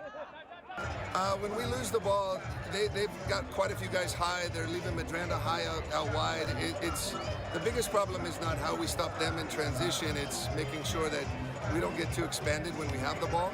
And just like Sacramento and everybody else that's playing this 3-4-2-1, we have to play wide and get behind their midfield. Where the goal came from was a ball in behind, laid it off, and then we got out wide. We have to be willing to play through lines. Then how do you get your front three more chances in the second half? We've got to be brave. We have to pass the ball to them. We can't we keep passing it side to side, and we're not splitting lines. So John and Joey are not getting the ball in dangerous spaces for us. And nearly a chance there for Phoenix as Santi Moar teed one up, and Dadashov nearly got there on the follow.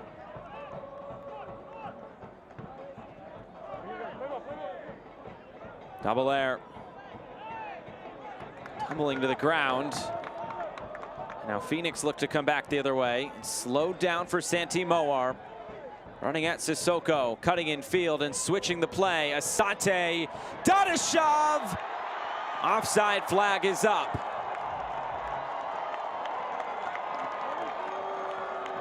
Nearly there for Phoenix. And that ball from Moar to Asante really found the space. It's always so interesting to me, the vision of Santi Moar and his willingness to drop this in when he's got space to himself. But once again, Rufat Dadashov, you just have to be better here.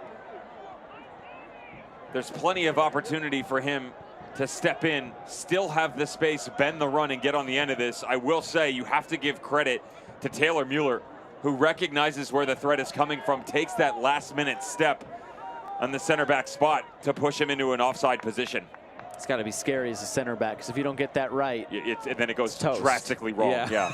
The good news is for him, the way that they're situating right now, they are giving him almost like a sweeper type role, old school mentality where you could drop one deep lying defender behind three. You know, the verbiage that was used in the late 80s, early 90s, even into the late 90s, was stopper and sweeper. So your stopper sat in front of your two outside backs, and your sweeper was almost like a cleanup type guy, right? Taylor Mueller isn't playing that deep. That's not the system they're running. And a lot of times you will find when they spread it in terms of building, Sissoko, Mendoza, and Mueller will sit deeper. But here's a good look right now.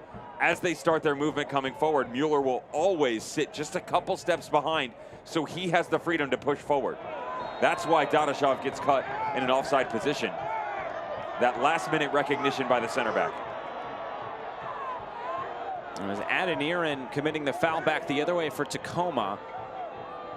Just a couple of passes through the lines of Phoenix, got that ball upfield. And right back to Phoenix it goes.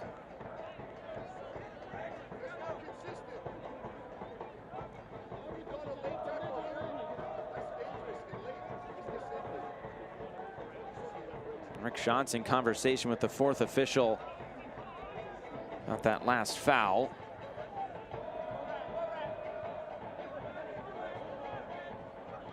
And this is some of that space that Schantz was talking about where, you know, they're not necessarily reacting to what Tacoma Defiance are throwing at them. They're causing their own problems. He's spot on, by the way. And I picked that out to you in the first half that, you know, the right side was an issue because of the rotation. That Darnell King pushing high. Joey Farrell then slides to his right, rightfully so. But as James Musa comes to this near side, look at the gap. Watch out. Like that. It's picked off. Adeniran's in. Adeniran against Lute, and Lute wins it. A tremendous game so far from Ben Lute. Keeps the clean sheet.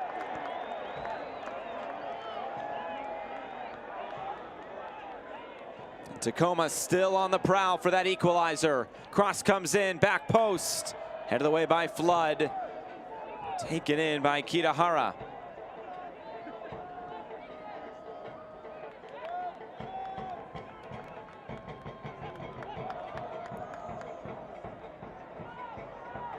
Asante gets his head up, trying to play this in for Moar, and Ritchie just able to bring it in.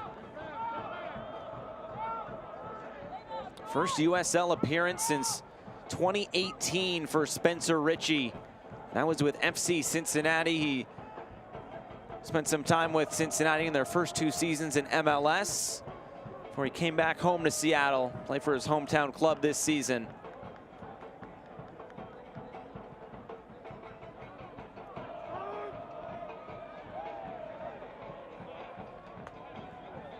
A lot of hometown roots for this Tacoma side. Wade Weber grew up in nearby Federal Way, played his college soccer at Portland for the Pilots, played for the Sounders and the Timbers before they got to MLS, of course. And you mentioned the Miami Fusion. He was a Miami Fusion player along with the Dallas Burn. Early days of MLS.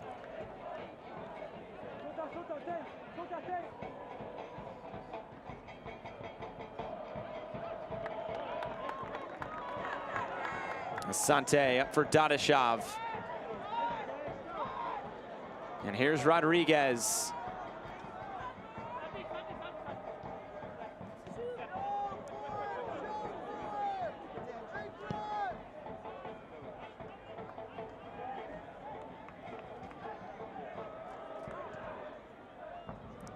Switch of play for Moar.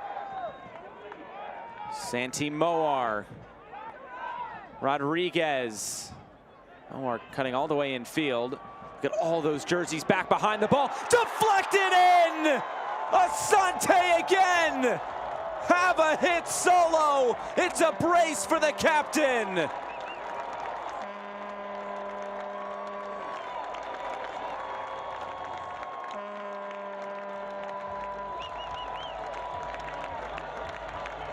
Already one gear up. And Rick Schantz going back to work, discussing what does this look like going forward.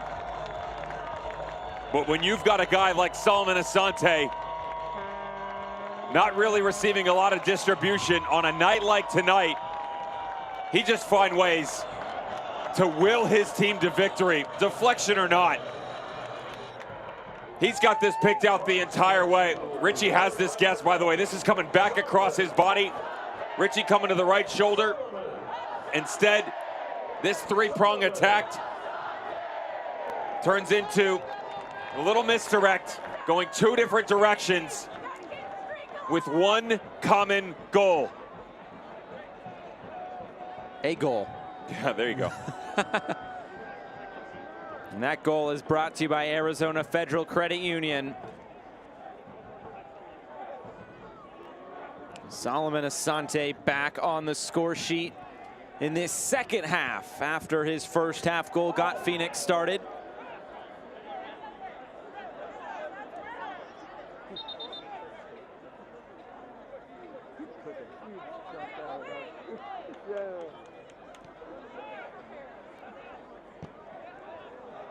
Goal number 4 and 5 tonight.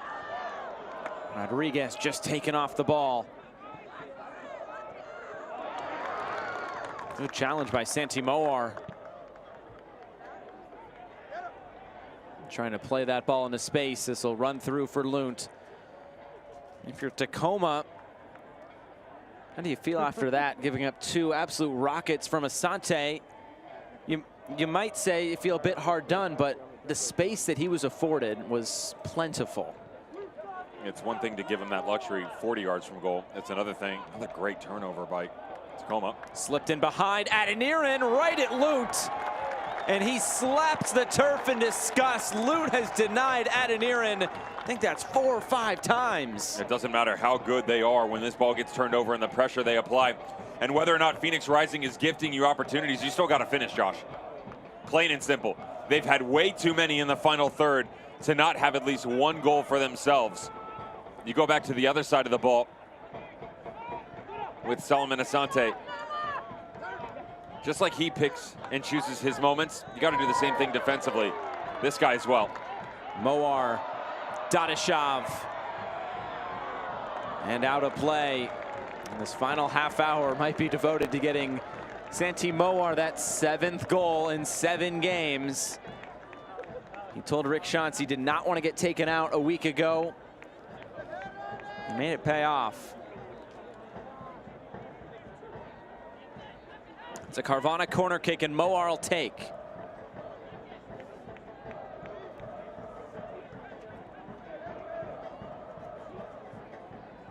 Here's the in-swinger. Back post. Batted down by Ritchie. Falls for Asante in his side netting. There was the hat trick.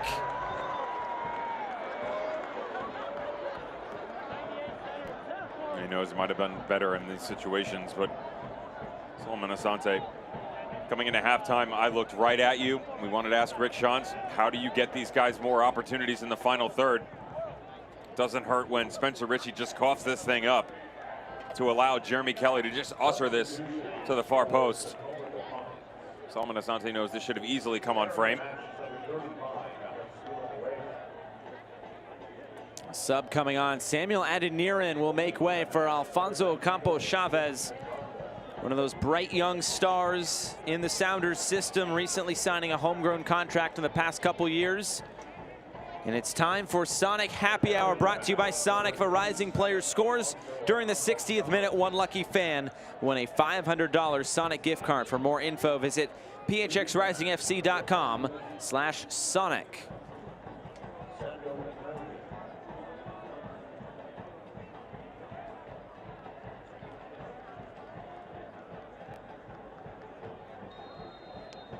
And a free kick. This will be given to Phoenix.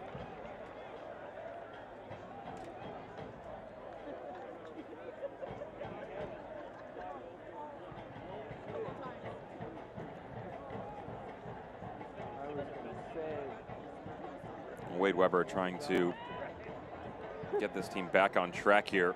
For Adeniran up top, it's simple enough. Much like we talked about for Phoenix Rising in the first half. Can't perform, come take a seat next to me. Put themselves in the right positions for sure. Tacoma Defiance.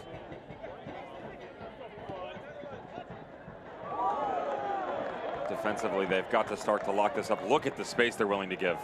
Calistri clips this in. It's taken by Ritchie. The other sub was Madranda coming off and Villanueva coming on. So 60 minutes for Jimmy Madranda. Hasn't played a whole lot for Brian Schmetzer up with the Sounders, although MLS on that 3-week hiatus. We'll restart next week with a full slate of action.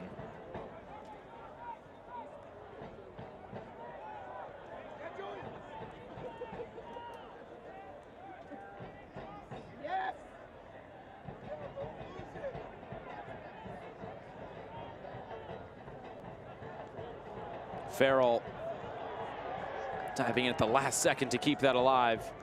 Here's Asante.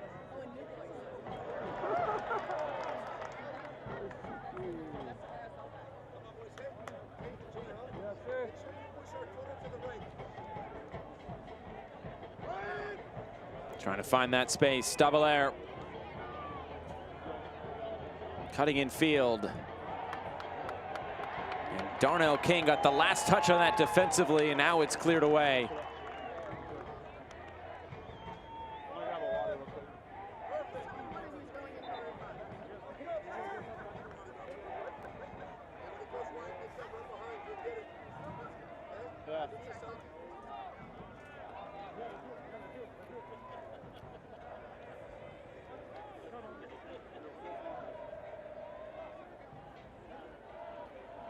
Past the hour mark, and a couple of subs now coming on for Phoenix. Prince Sadie, and cool moment for Tate Schmidt. Grew up in the Phoenix area, went to Desert Vista High School just 4 miles away from Wild Horse Pass. And now he makes his first appearance for his hometown club on loan from RSL. And Tate Schmidt will enter the fray tonight along with Prince Sadie. Got to feel good for him. Let's see what the fans do in terms of their support. Last time this man was in the building, November 2nd, 2019. Phoenix Rising fans should remember it well. That was part of a 2-game series against the Real Monarchs. In that situation, Real Monarchs came out on top. Eastern Conference semifinal, the record-breaking year for Phoenix Rising. Monarchs dethroned them on the way to a crown of their own.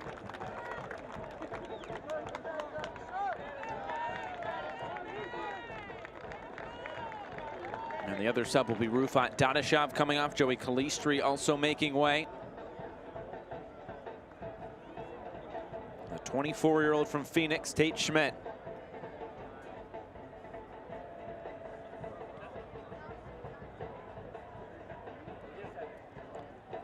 Talked to Rick Schantz this week about bringing Schmidt in and basically said it was to give a little push to Musa and to Flood, knowing that your spot isn't always safe. We talked about this in the first half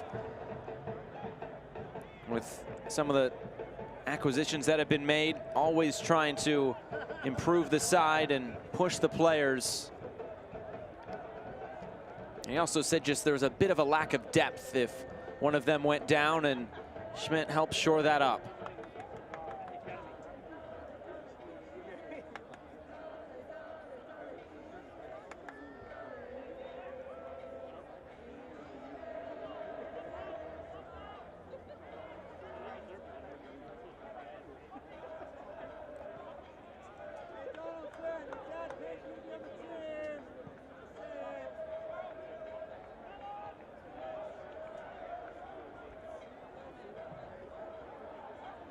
Here's Asante sitting on a hat trick.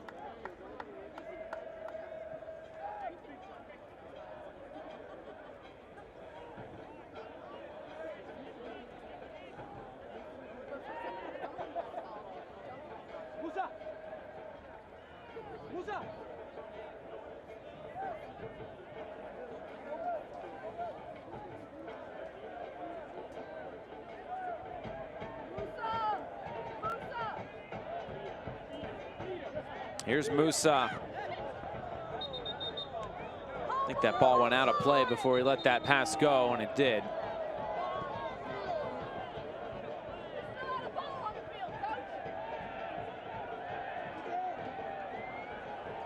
Pretty sure those boys are going to be running the way this is going.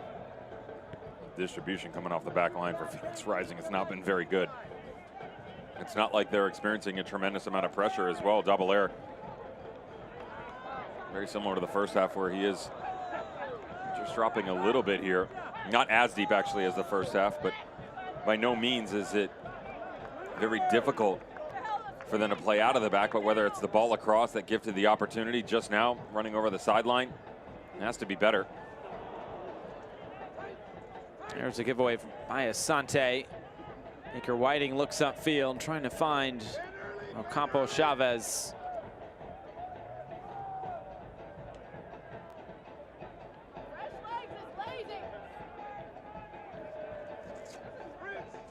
When you are looking for options and hope, when you want world-class medical care and support from experts who can give you the answers you need, you know where to go. Mayo Clinic.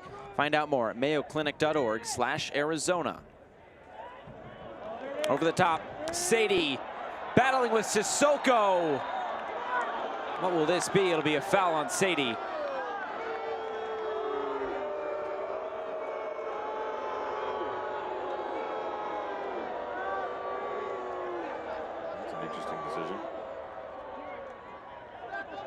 It's going to be a fun one as well for Mendoza, Sissoko, and Mueller as this thing continues on.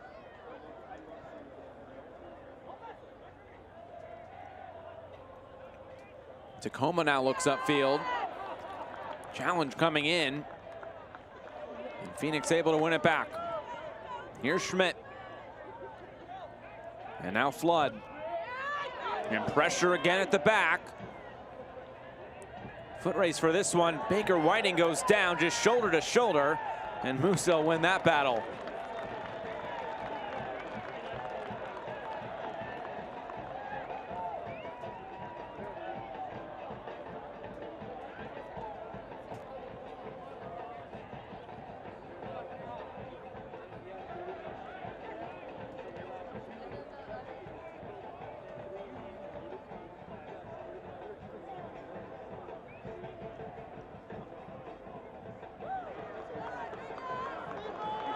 Here's Sadie. Rodriguez. Moar's asking for it. Late ball across. This will trickle out for a throw-in. Mueller went to ground.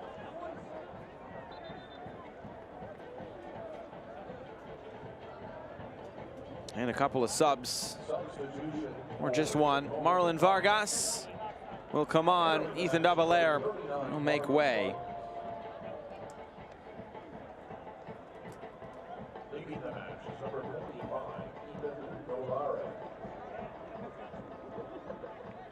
His third appearance of the season. Vargas first off the bench.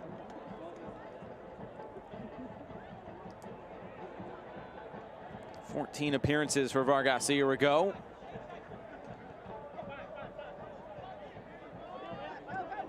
Here's Moar.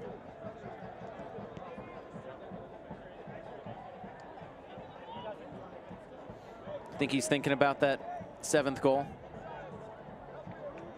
He'd be lying if he tells you otherwise. I mean, any player is obviously going to want to secure a result first and foremost.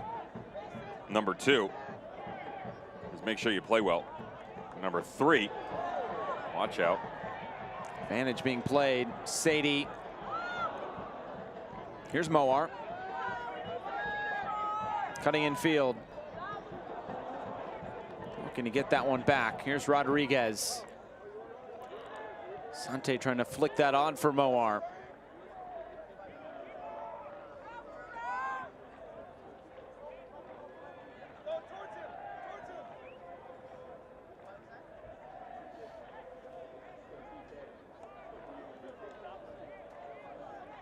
Listen, interesting part of the schedule upcoming for Phoenix. They go on the road for the next 2, then back at home for Los Dos at the start of July, and then on the road for 2 more. So a bit of a road-heavy portion of the schedule upcoming. And their 2 road games thus far against Sacramento and Tampa. Of course, losing that game against Tampa, and it was a grinding effort against Sacramento as Farrell is down. His head once again from that first half collision. And it looks like Toby Adewole is preparing to come on.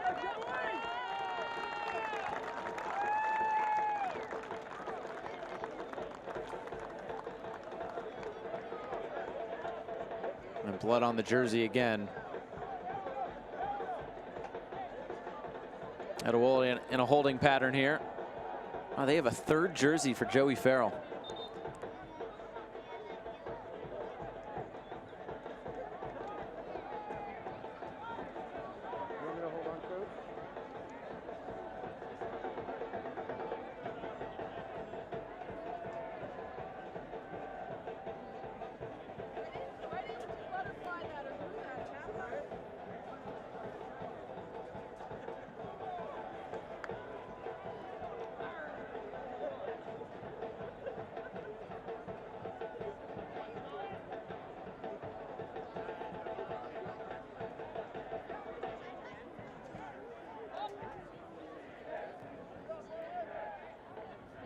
And 20 minutes to go.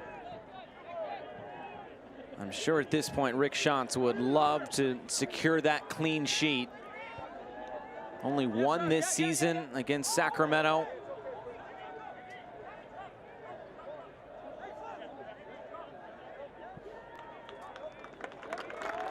As Farrell comes back on.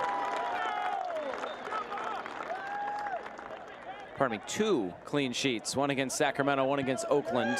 Those Northern California teams. So I'm short, buddy. I'm supposed to be the one who struggles with the numbers, remember? That's true. That is true. Apologies. I'll leave that to you from now on. Stealing my thunder. Can't have it all, Josh.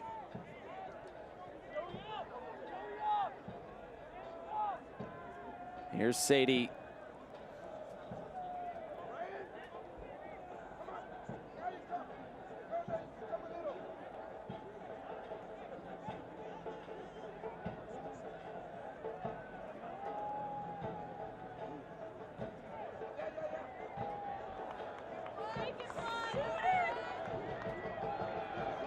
Here's Moar. Moar cuts in field. See all the gray jerseys collapse. Here's Moar again, just knocked away.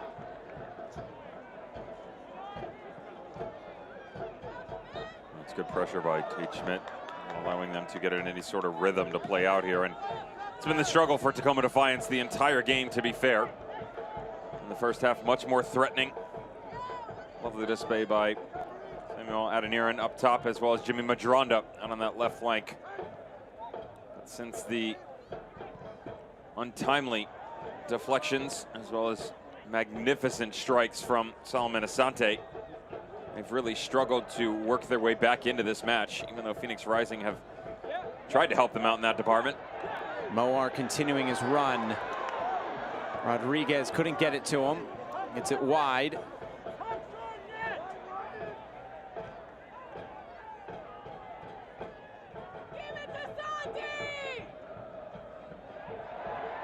Here's Sadie on the left foot, saved by Ritchie. And King was crashing in, but Ritchie got there first.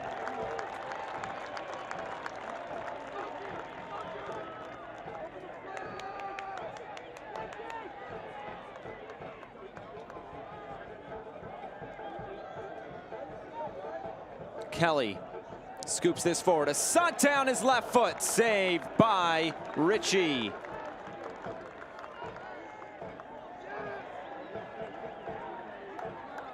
And here's where that 40 minutes of hell really starts to kick into gear. Right. I mean, it is relentless. But now, here comes Tacoma. Heavy pass will put this through for Lunt. I don't know if I've ever seen so many poor giveaways off a back line from a team in one single game.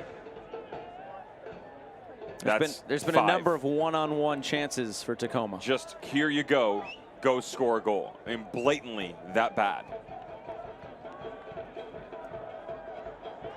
They're lucky this is still at zeros right now, especially the way that Adeniran and Madronda played in the first half. Here's Moar. Cutting in field, Sinti Moar out of play. You know he wants this.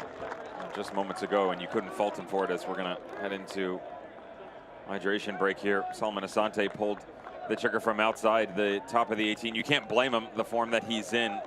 Santi Moar was wide open on this back post.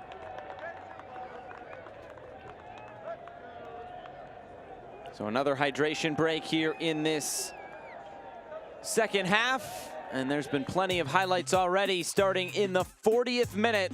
And this was the first of two for Solomon Asante. Good pressure by Phoenix Rising. Nice little press in. Rufat Dadashov, though in the final third he hasn't been great. He's always ever present in the pressure area. Packed it up high. Ball sprays outside to Solomon Asante. Picks out the far post. Stop me if you've heard this. Pressure. Packed it up high. Sprays out to Solomon Asante. Picks out the near post. Deflection or not. As we just mentioned, though, plenty of opportunities for Tacoma Defiance, whether the first half or the second. This was just prior to Samuel Adeniran's departure. Excellent opportunities for the youngsters of Wade Weber and Tacoma Defiance. Cannot finish anything off. And we talked about that schedule ahead. 4 of the next 5 on the road, including another trip east to Charlotte and then a short week heading up to Oakland. That comes in July, but San Diego and Sacramento on the road. Those will be 2 tricky matches. I'm more looking at that Charlotte Independence match right now. The Los Dos, home or away, is always going to be a difficult one. Though it seems like every time Los Dos comes to this place, whether they're in form or not, it doesn't necessarily go to plan. Sure. And we have passed 76 minutes, and that man right there has now become the all-time minutes leader in Phoenix Rising history. He now owns most starts, most appearances, and now the most minutes. All fit for a king, Solomon Asante. That is our Sprouts stat of the game.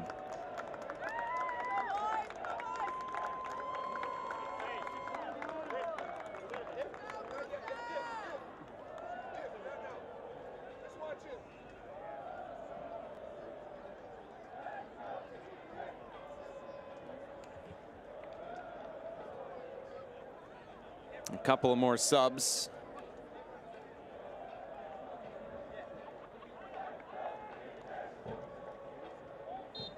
So Carlos Anguiano and Joe Hafferty have all come on. Those are all 5 subs now used. Anguiano just making the short trip up I-5 to Tacoma after his time with Portland Timbers. Joined the Portland Academy in 2015 and now switches allegiances in Cascadia. And Joe Hafferty recently finished his college career at Oregon State. Drafted by Inter Miami, but signing here with Tacoma Defiance.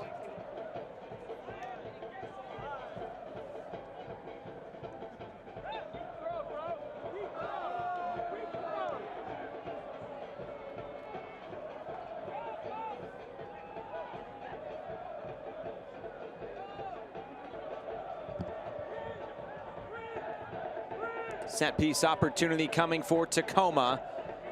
It'll be Danny Leyva who stands over this.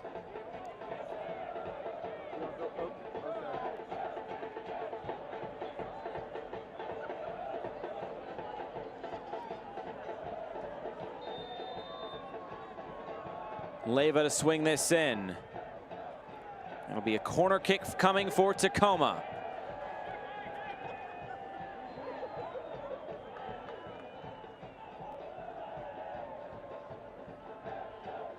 Ocampo Chavez will swing this in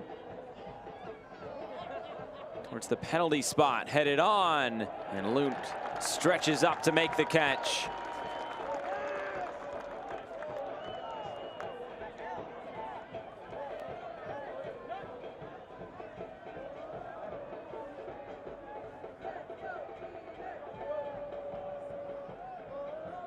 Here's Asante in space. Looking to switch the play. Might fall for Moar. Into the middle. Schmidt. Tate Schmidt scores!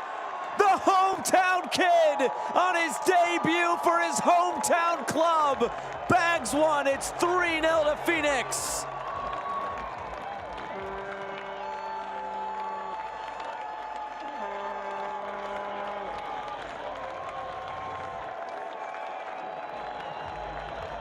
Just go back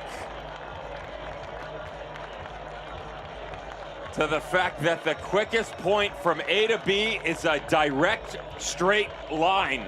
This one comes courtesy of Solomon Asante and beautiful vision by Santi Moar. The unselfishness of the latter is going to give him his 3rd assist of the season.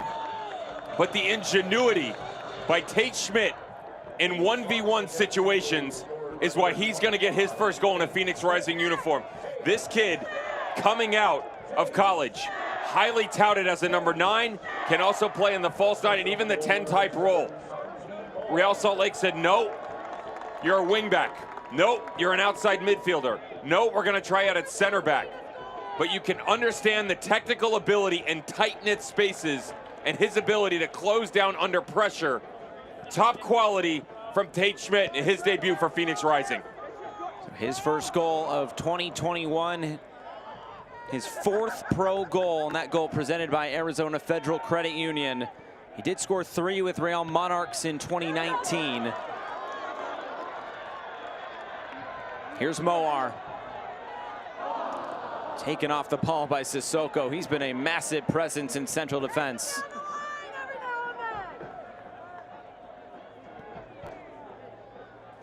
Sissoko, another one of those recent homegrown signings with Seattle, coming down just a couple of weeks ago. Sliding challenge by King will put this out for another corner.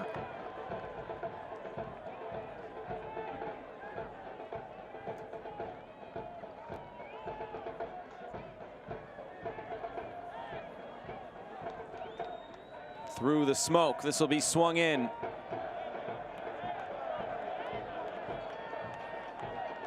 A little misplaced, but Tacoma will keep it. Here comes the cross. Back post. Ocampo Chavez sets and puts it wide. Lute again.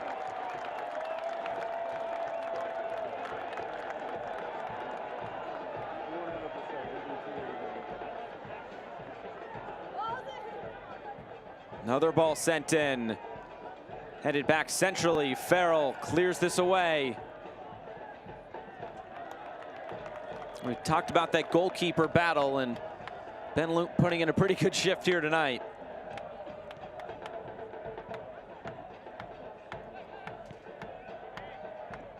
Ocampo Chavez. Leyva. Towards the end line. And that one out of play. It's a goal kick. Well, the boys are going to be lining up after this performance, because whether it's dinner, drinks, or your firstborn, Ben Lunt has had himself some kind of night. Another ridiculous save on the near post.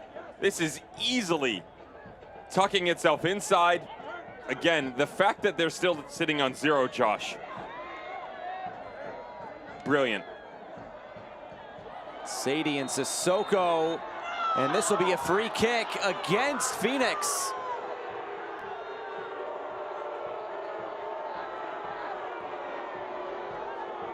I'll tell you what, the two of them doing battle here, it's really difficult for me that they're going to blow the foul on Prince Sadie. I will say that both of them were getting themselves in trouble. Sissoko and Sadie. Initial pulling actually started from the defender, who had the better positioning. Reached around with his right arm, started tugging. Maybe Tate Schmidt repaying the favor here a little bit. As far as we know, today only happens once. Make it count. Jack Daniel's Tennessee Whiskey, proud partner of Phoenix Rising Whiskey, 40% ABV, JD Lynchburg, Tennessee. Plenty of boys on this pitch who can't even partake in any of that. It's a young Tacoma side. You a whiskey guy? Sure, why not? You don't seem like it. Are you? I mean, am I not? I was just wondering what the answer would be. It's definitely not a no. Tacoma still looking for that first goal tonight. To the end line, coming centrally, Ocampo Chavez was waiting. On the left foot, it's blocked down, Vargas, and out of play.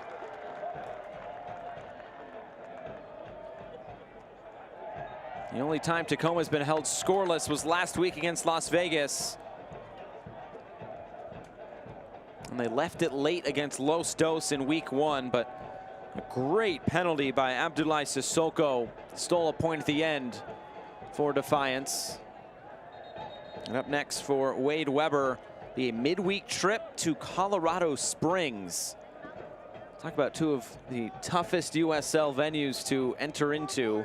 The altitude of Colorado Springs and the heat and atmosphere here at Wild Horse Pass. This will be a fun one for sure. I like what Brendan Burke's doing out there. He was a coach that even prior to them going to pick him up, referencing the Colorado Springs Switchbacks FC, highly regarded amongst his peers. And just wondering what the vision and product, to be honest, would look like outside of a standalone system, you know? Excellent recruiting. Brought in a lot of his Philly guys, or a few of them. Couple of Philly guys, yeah. He's got some guys that are regularly in the starting 11 as well. Michi Galina, Zach Zandy. And then you go get players like Haji Berry. More importantly to me is not necessarily the players, as there's another giveaway, this time coming from the goalkeeper. It's the fact that he brought the whole coaching staff with him. You know, Stephen Hogan, who at Reading and then became an assistant at Philadelphia Union 2. Formerly known as you know, one of my favorite teams ever, Bethlehem Steel. Yes. Love the name. Most U.S. Open Cups in the history of the United States. Fun fact. Bethlehem Steel. Bethlehem Steel. Wow. There you go. You didn't think you were going to learn anything today, did you? You learn something new every day. And of course, James Chambers, longtime professional in Ireland and England, United States as well. Look at that. Oh my goodness. LED mask. Let's get a couple of those, play hide and go seek. You want to? Just scare the neighborhood. Diving header, and Farrell knocks this away.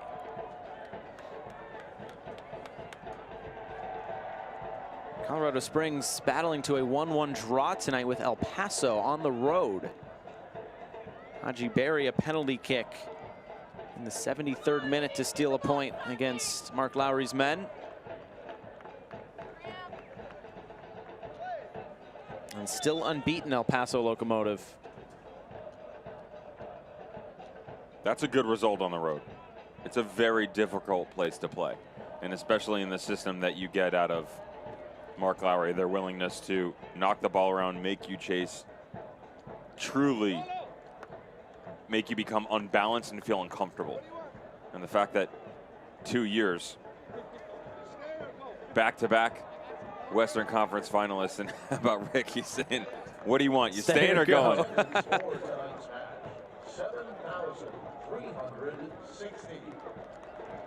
Jeremy Kelly back on his feet. And how about this? Just the second goal El Paso has conceded this season. Remarkable. Was Kelly allowed back onto the field, and he came back early? That's a yellow card.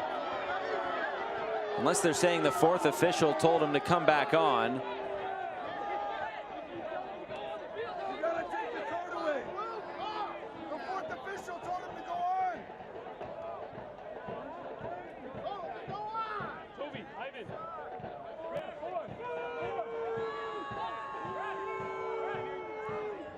Looks like the yellow card will stand on Jeremy Kelly. Well,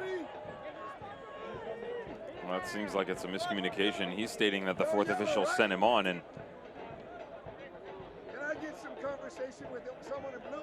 and that's the argument going on right now, is if I'm standing here and he tells me to go. Now, to be fair, whether the fourth official tells you or not, the direction should still come from the head referee. The fourth official isn't allowed to officially make that decision. You have to be acknowledged from the center referee that you're allowed to come back on, even though he says it's okay.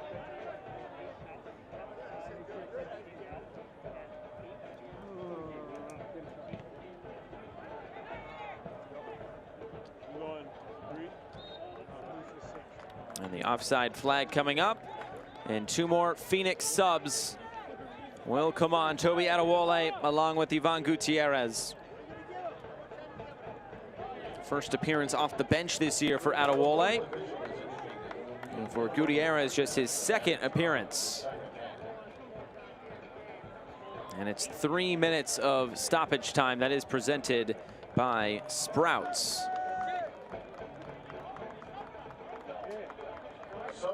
And it will be Solomon Asante to come off. A brace for the captain on the night he becomes the minutes leader for Phoenix Rising. A big hug from Rick Shantz. Remember, it's not always going to go your way, in the sense that you're going to get a lot of touches on the ball. You're going to have plenty of opportunities, but can you still find a way to influence this match? The answer for Solomon Asante from the get-go was always yes. Goals in the 40th and 55th, as well as some pretty impressive build-up play. Couple chances as well that Spencer Ritchie was able to push aside. Everybody now at this point in time with 3 minutes to go, there's only one thing on their mind. Can Santi Moar find that moment to tie the record set by Haji Berry and Swope Park Rangers in 2018? It was a glorious stretch of form under the tutelage of Nikola Popovic. Of course, now Swope Park Rangers sporting Kansas City 2. Back post. This will bounce all the way to the near touchline. A foul come before.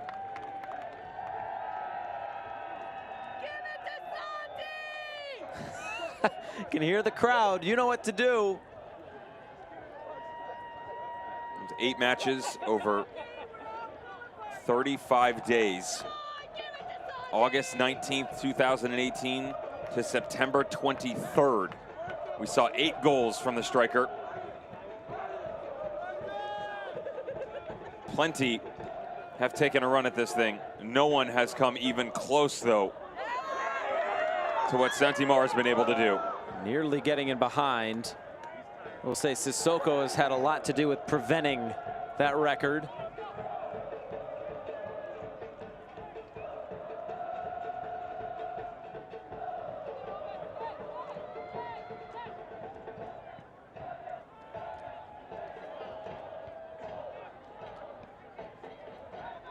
Final few seconds ticking off here from Wild Horse Pass.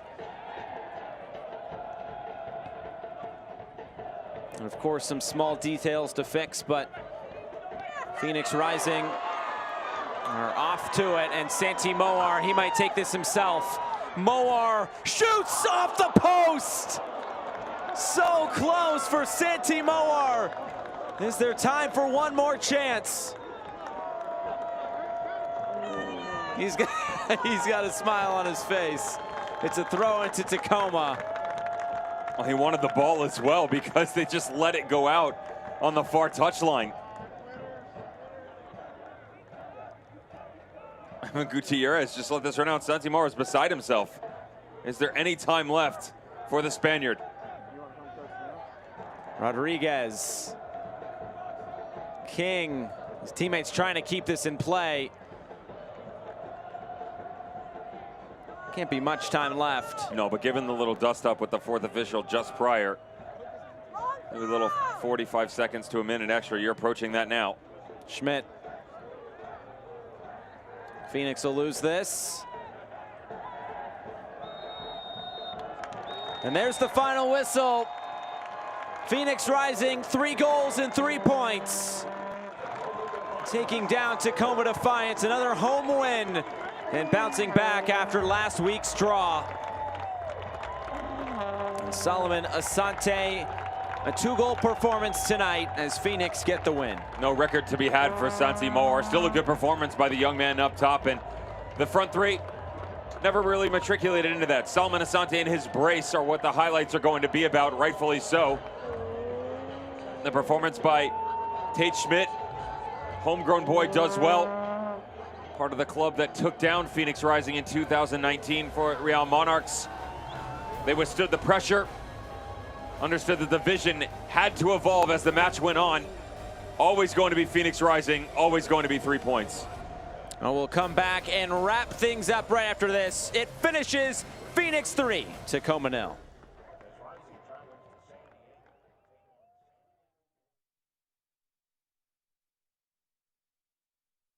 Here at Four Peaks, we have a different definition of style. Beers brewed against all odds.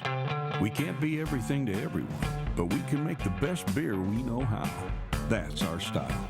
Four Peaks Brewing Company, always in style. It starts off with a little seed, and with a little love from nature, it sprouts to life. And when delicious fresh fruits and veggies are perfect, they are rushed to the home of fresh. Sprouts, where goodness grows.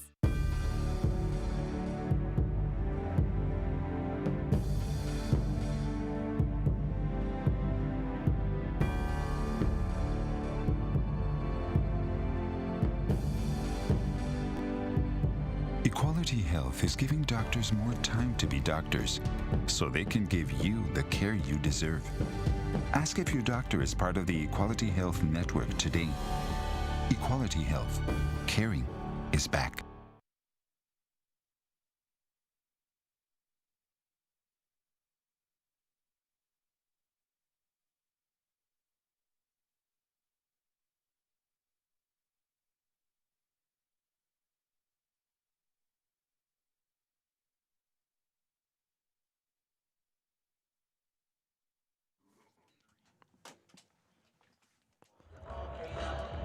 And a cool moment there between Rick Schantz and Tate Schmidt. Rick Schantz, Coach Schmidt, while he was with FC Tucson just down the road, and gets his first goal on his club debut here for Phoenix Rising. A 3-0 win over Tacoma. Let's take a look at tonight's highlights, and plenty of them for Phoenix Rising. We start in the 40th minute, and that was the first goal. Solomon Asante, the first of 2. Oh, he's a bad, bad man, Solomon Asante, the king that finally wears the crown for Phoenix Rising, Solomon Asante. And he's done it in so many different ways, Josh. It just seems like every single time we see him step on the field, he finds a way to reinvent himself, pulls the trigger from distance in the 40th minute. Good ball by Joey Calistri, and then the second time around, nice little ball back across. I will say this. This is still going to have a chance, even if it doesn't catch the deflection. Spencer Ritchie did have it covered, but it's the kiss of death that sends it into the bottom corner. Phoenix Rising up 2-0 and cruising. And then, local lad does good. Just leave it at that. Tate Schmidt, low knee for the eventual champions Real Monarchs. Down doing the dirty work off the ball from Santi Moar. Pulls it back. Yes, good goal by Tate Schmidt. It's a well-deserved 3 points for Phoenix Rising. So they get the 3 points tonight, and it's hugs all around. There's a look at Hayden Quinn, unable to participate for a second straight week. But Phoenix Rising victorious on the night. So that'll do it tonight from Wild Horse Pass. Another victorious night for Phoenix Rising. For our entire crew and broadcast partner Devin Kerr, I'm Josh Eastern saying so long, where it finishes Phoenix 3, Tacoma 0. Next week, Phoenix Rising will be on CW61 Arizona, live from San Diego. We'll talk to you then.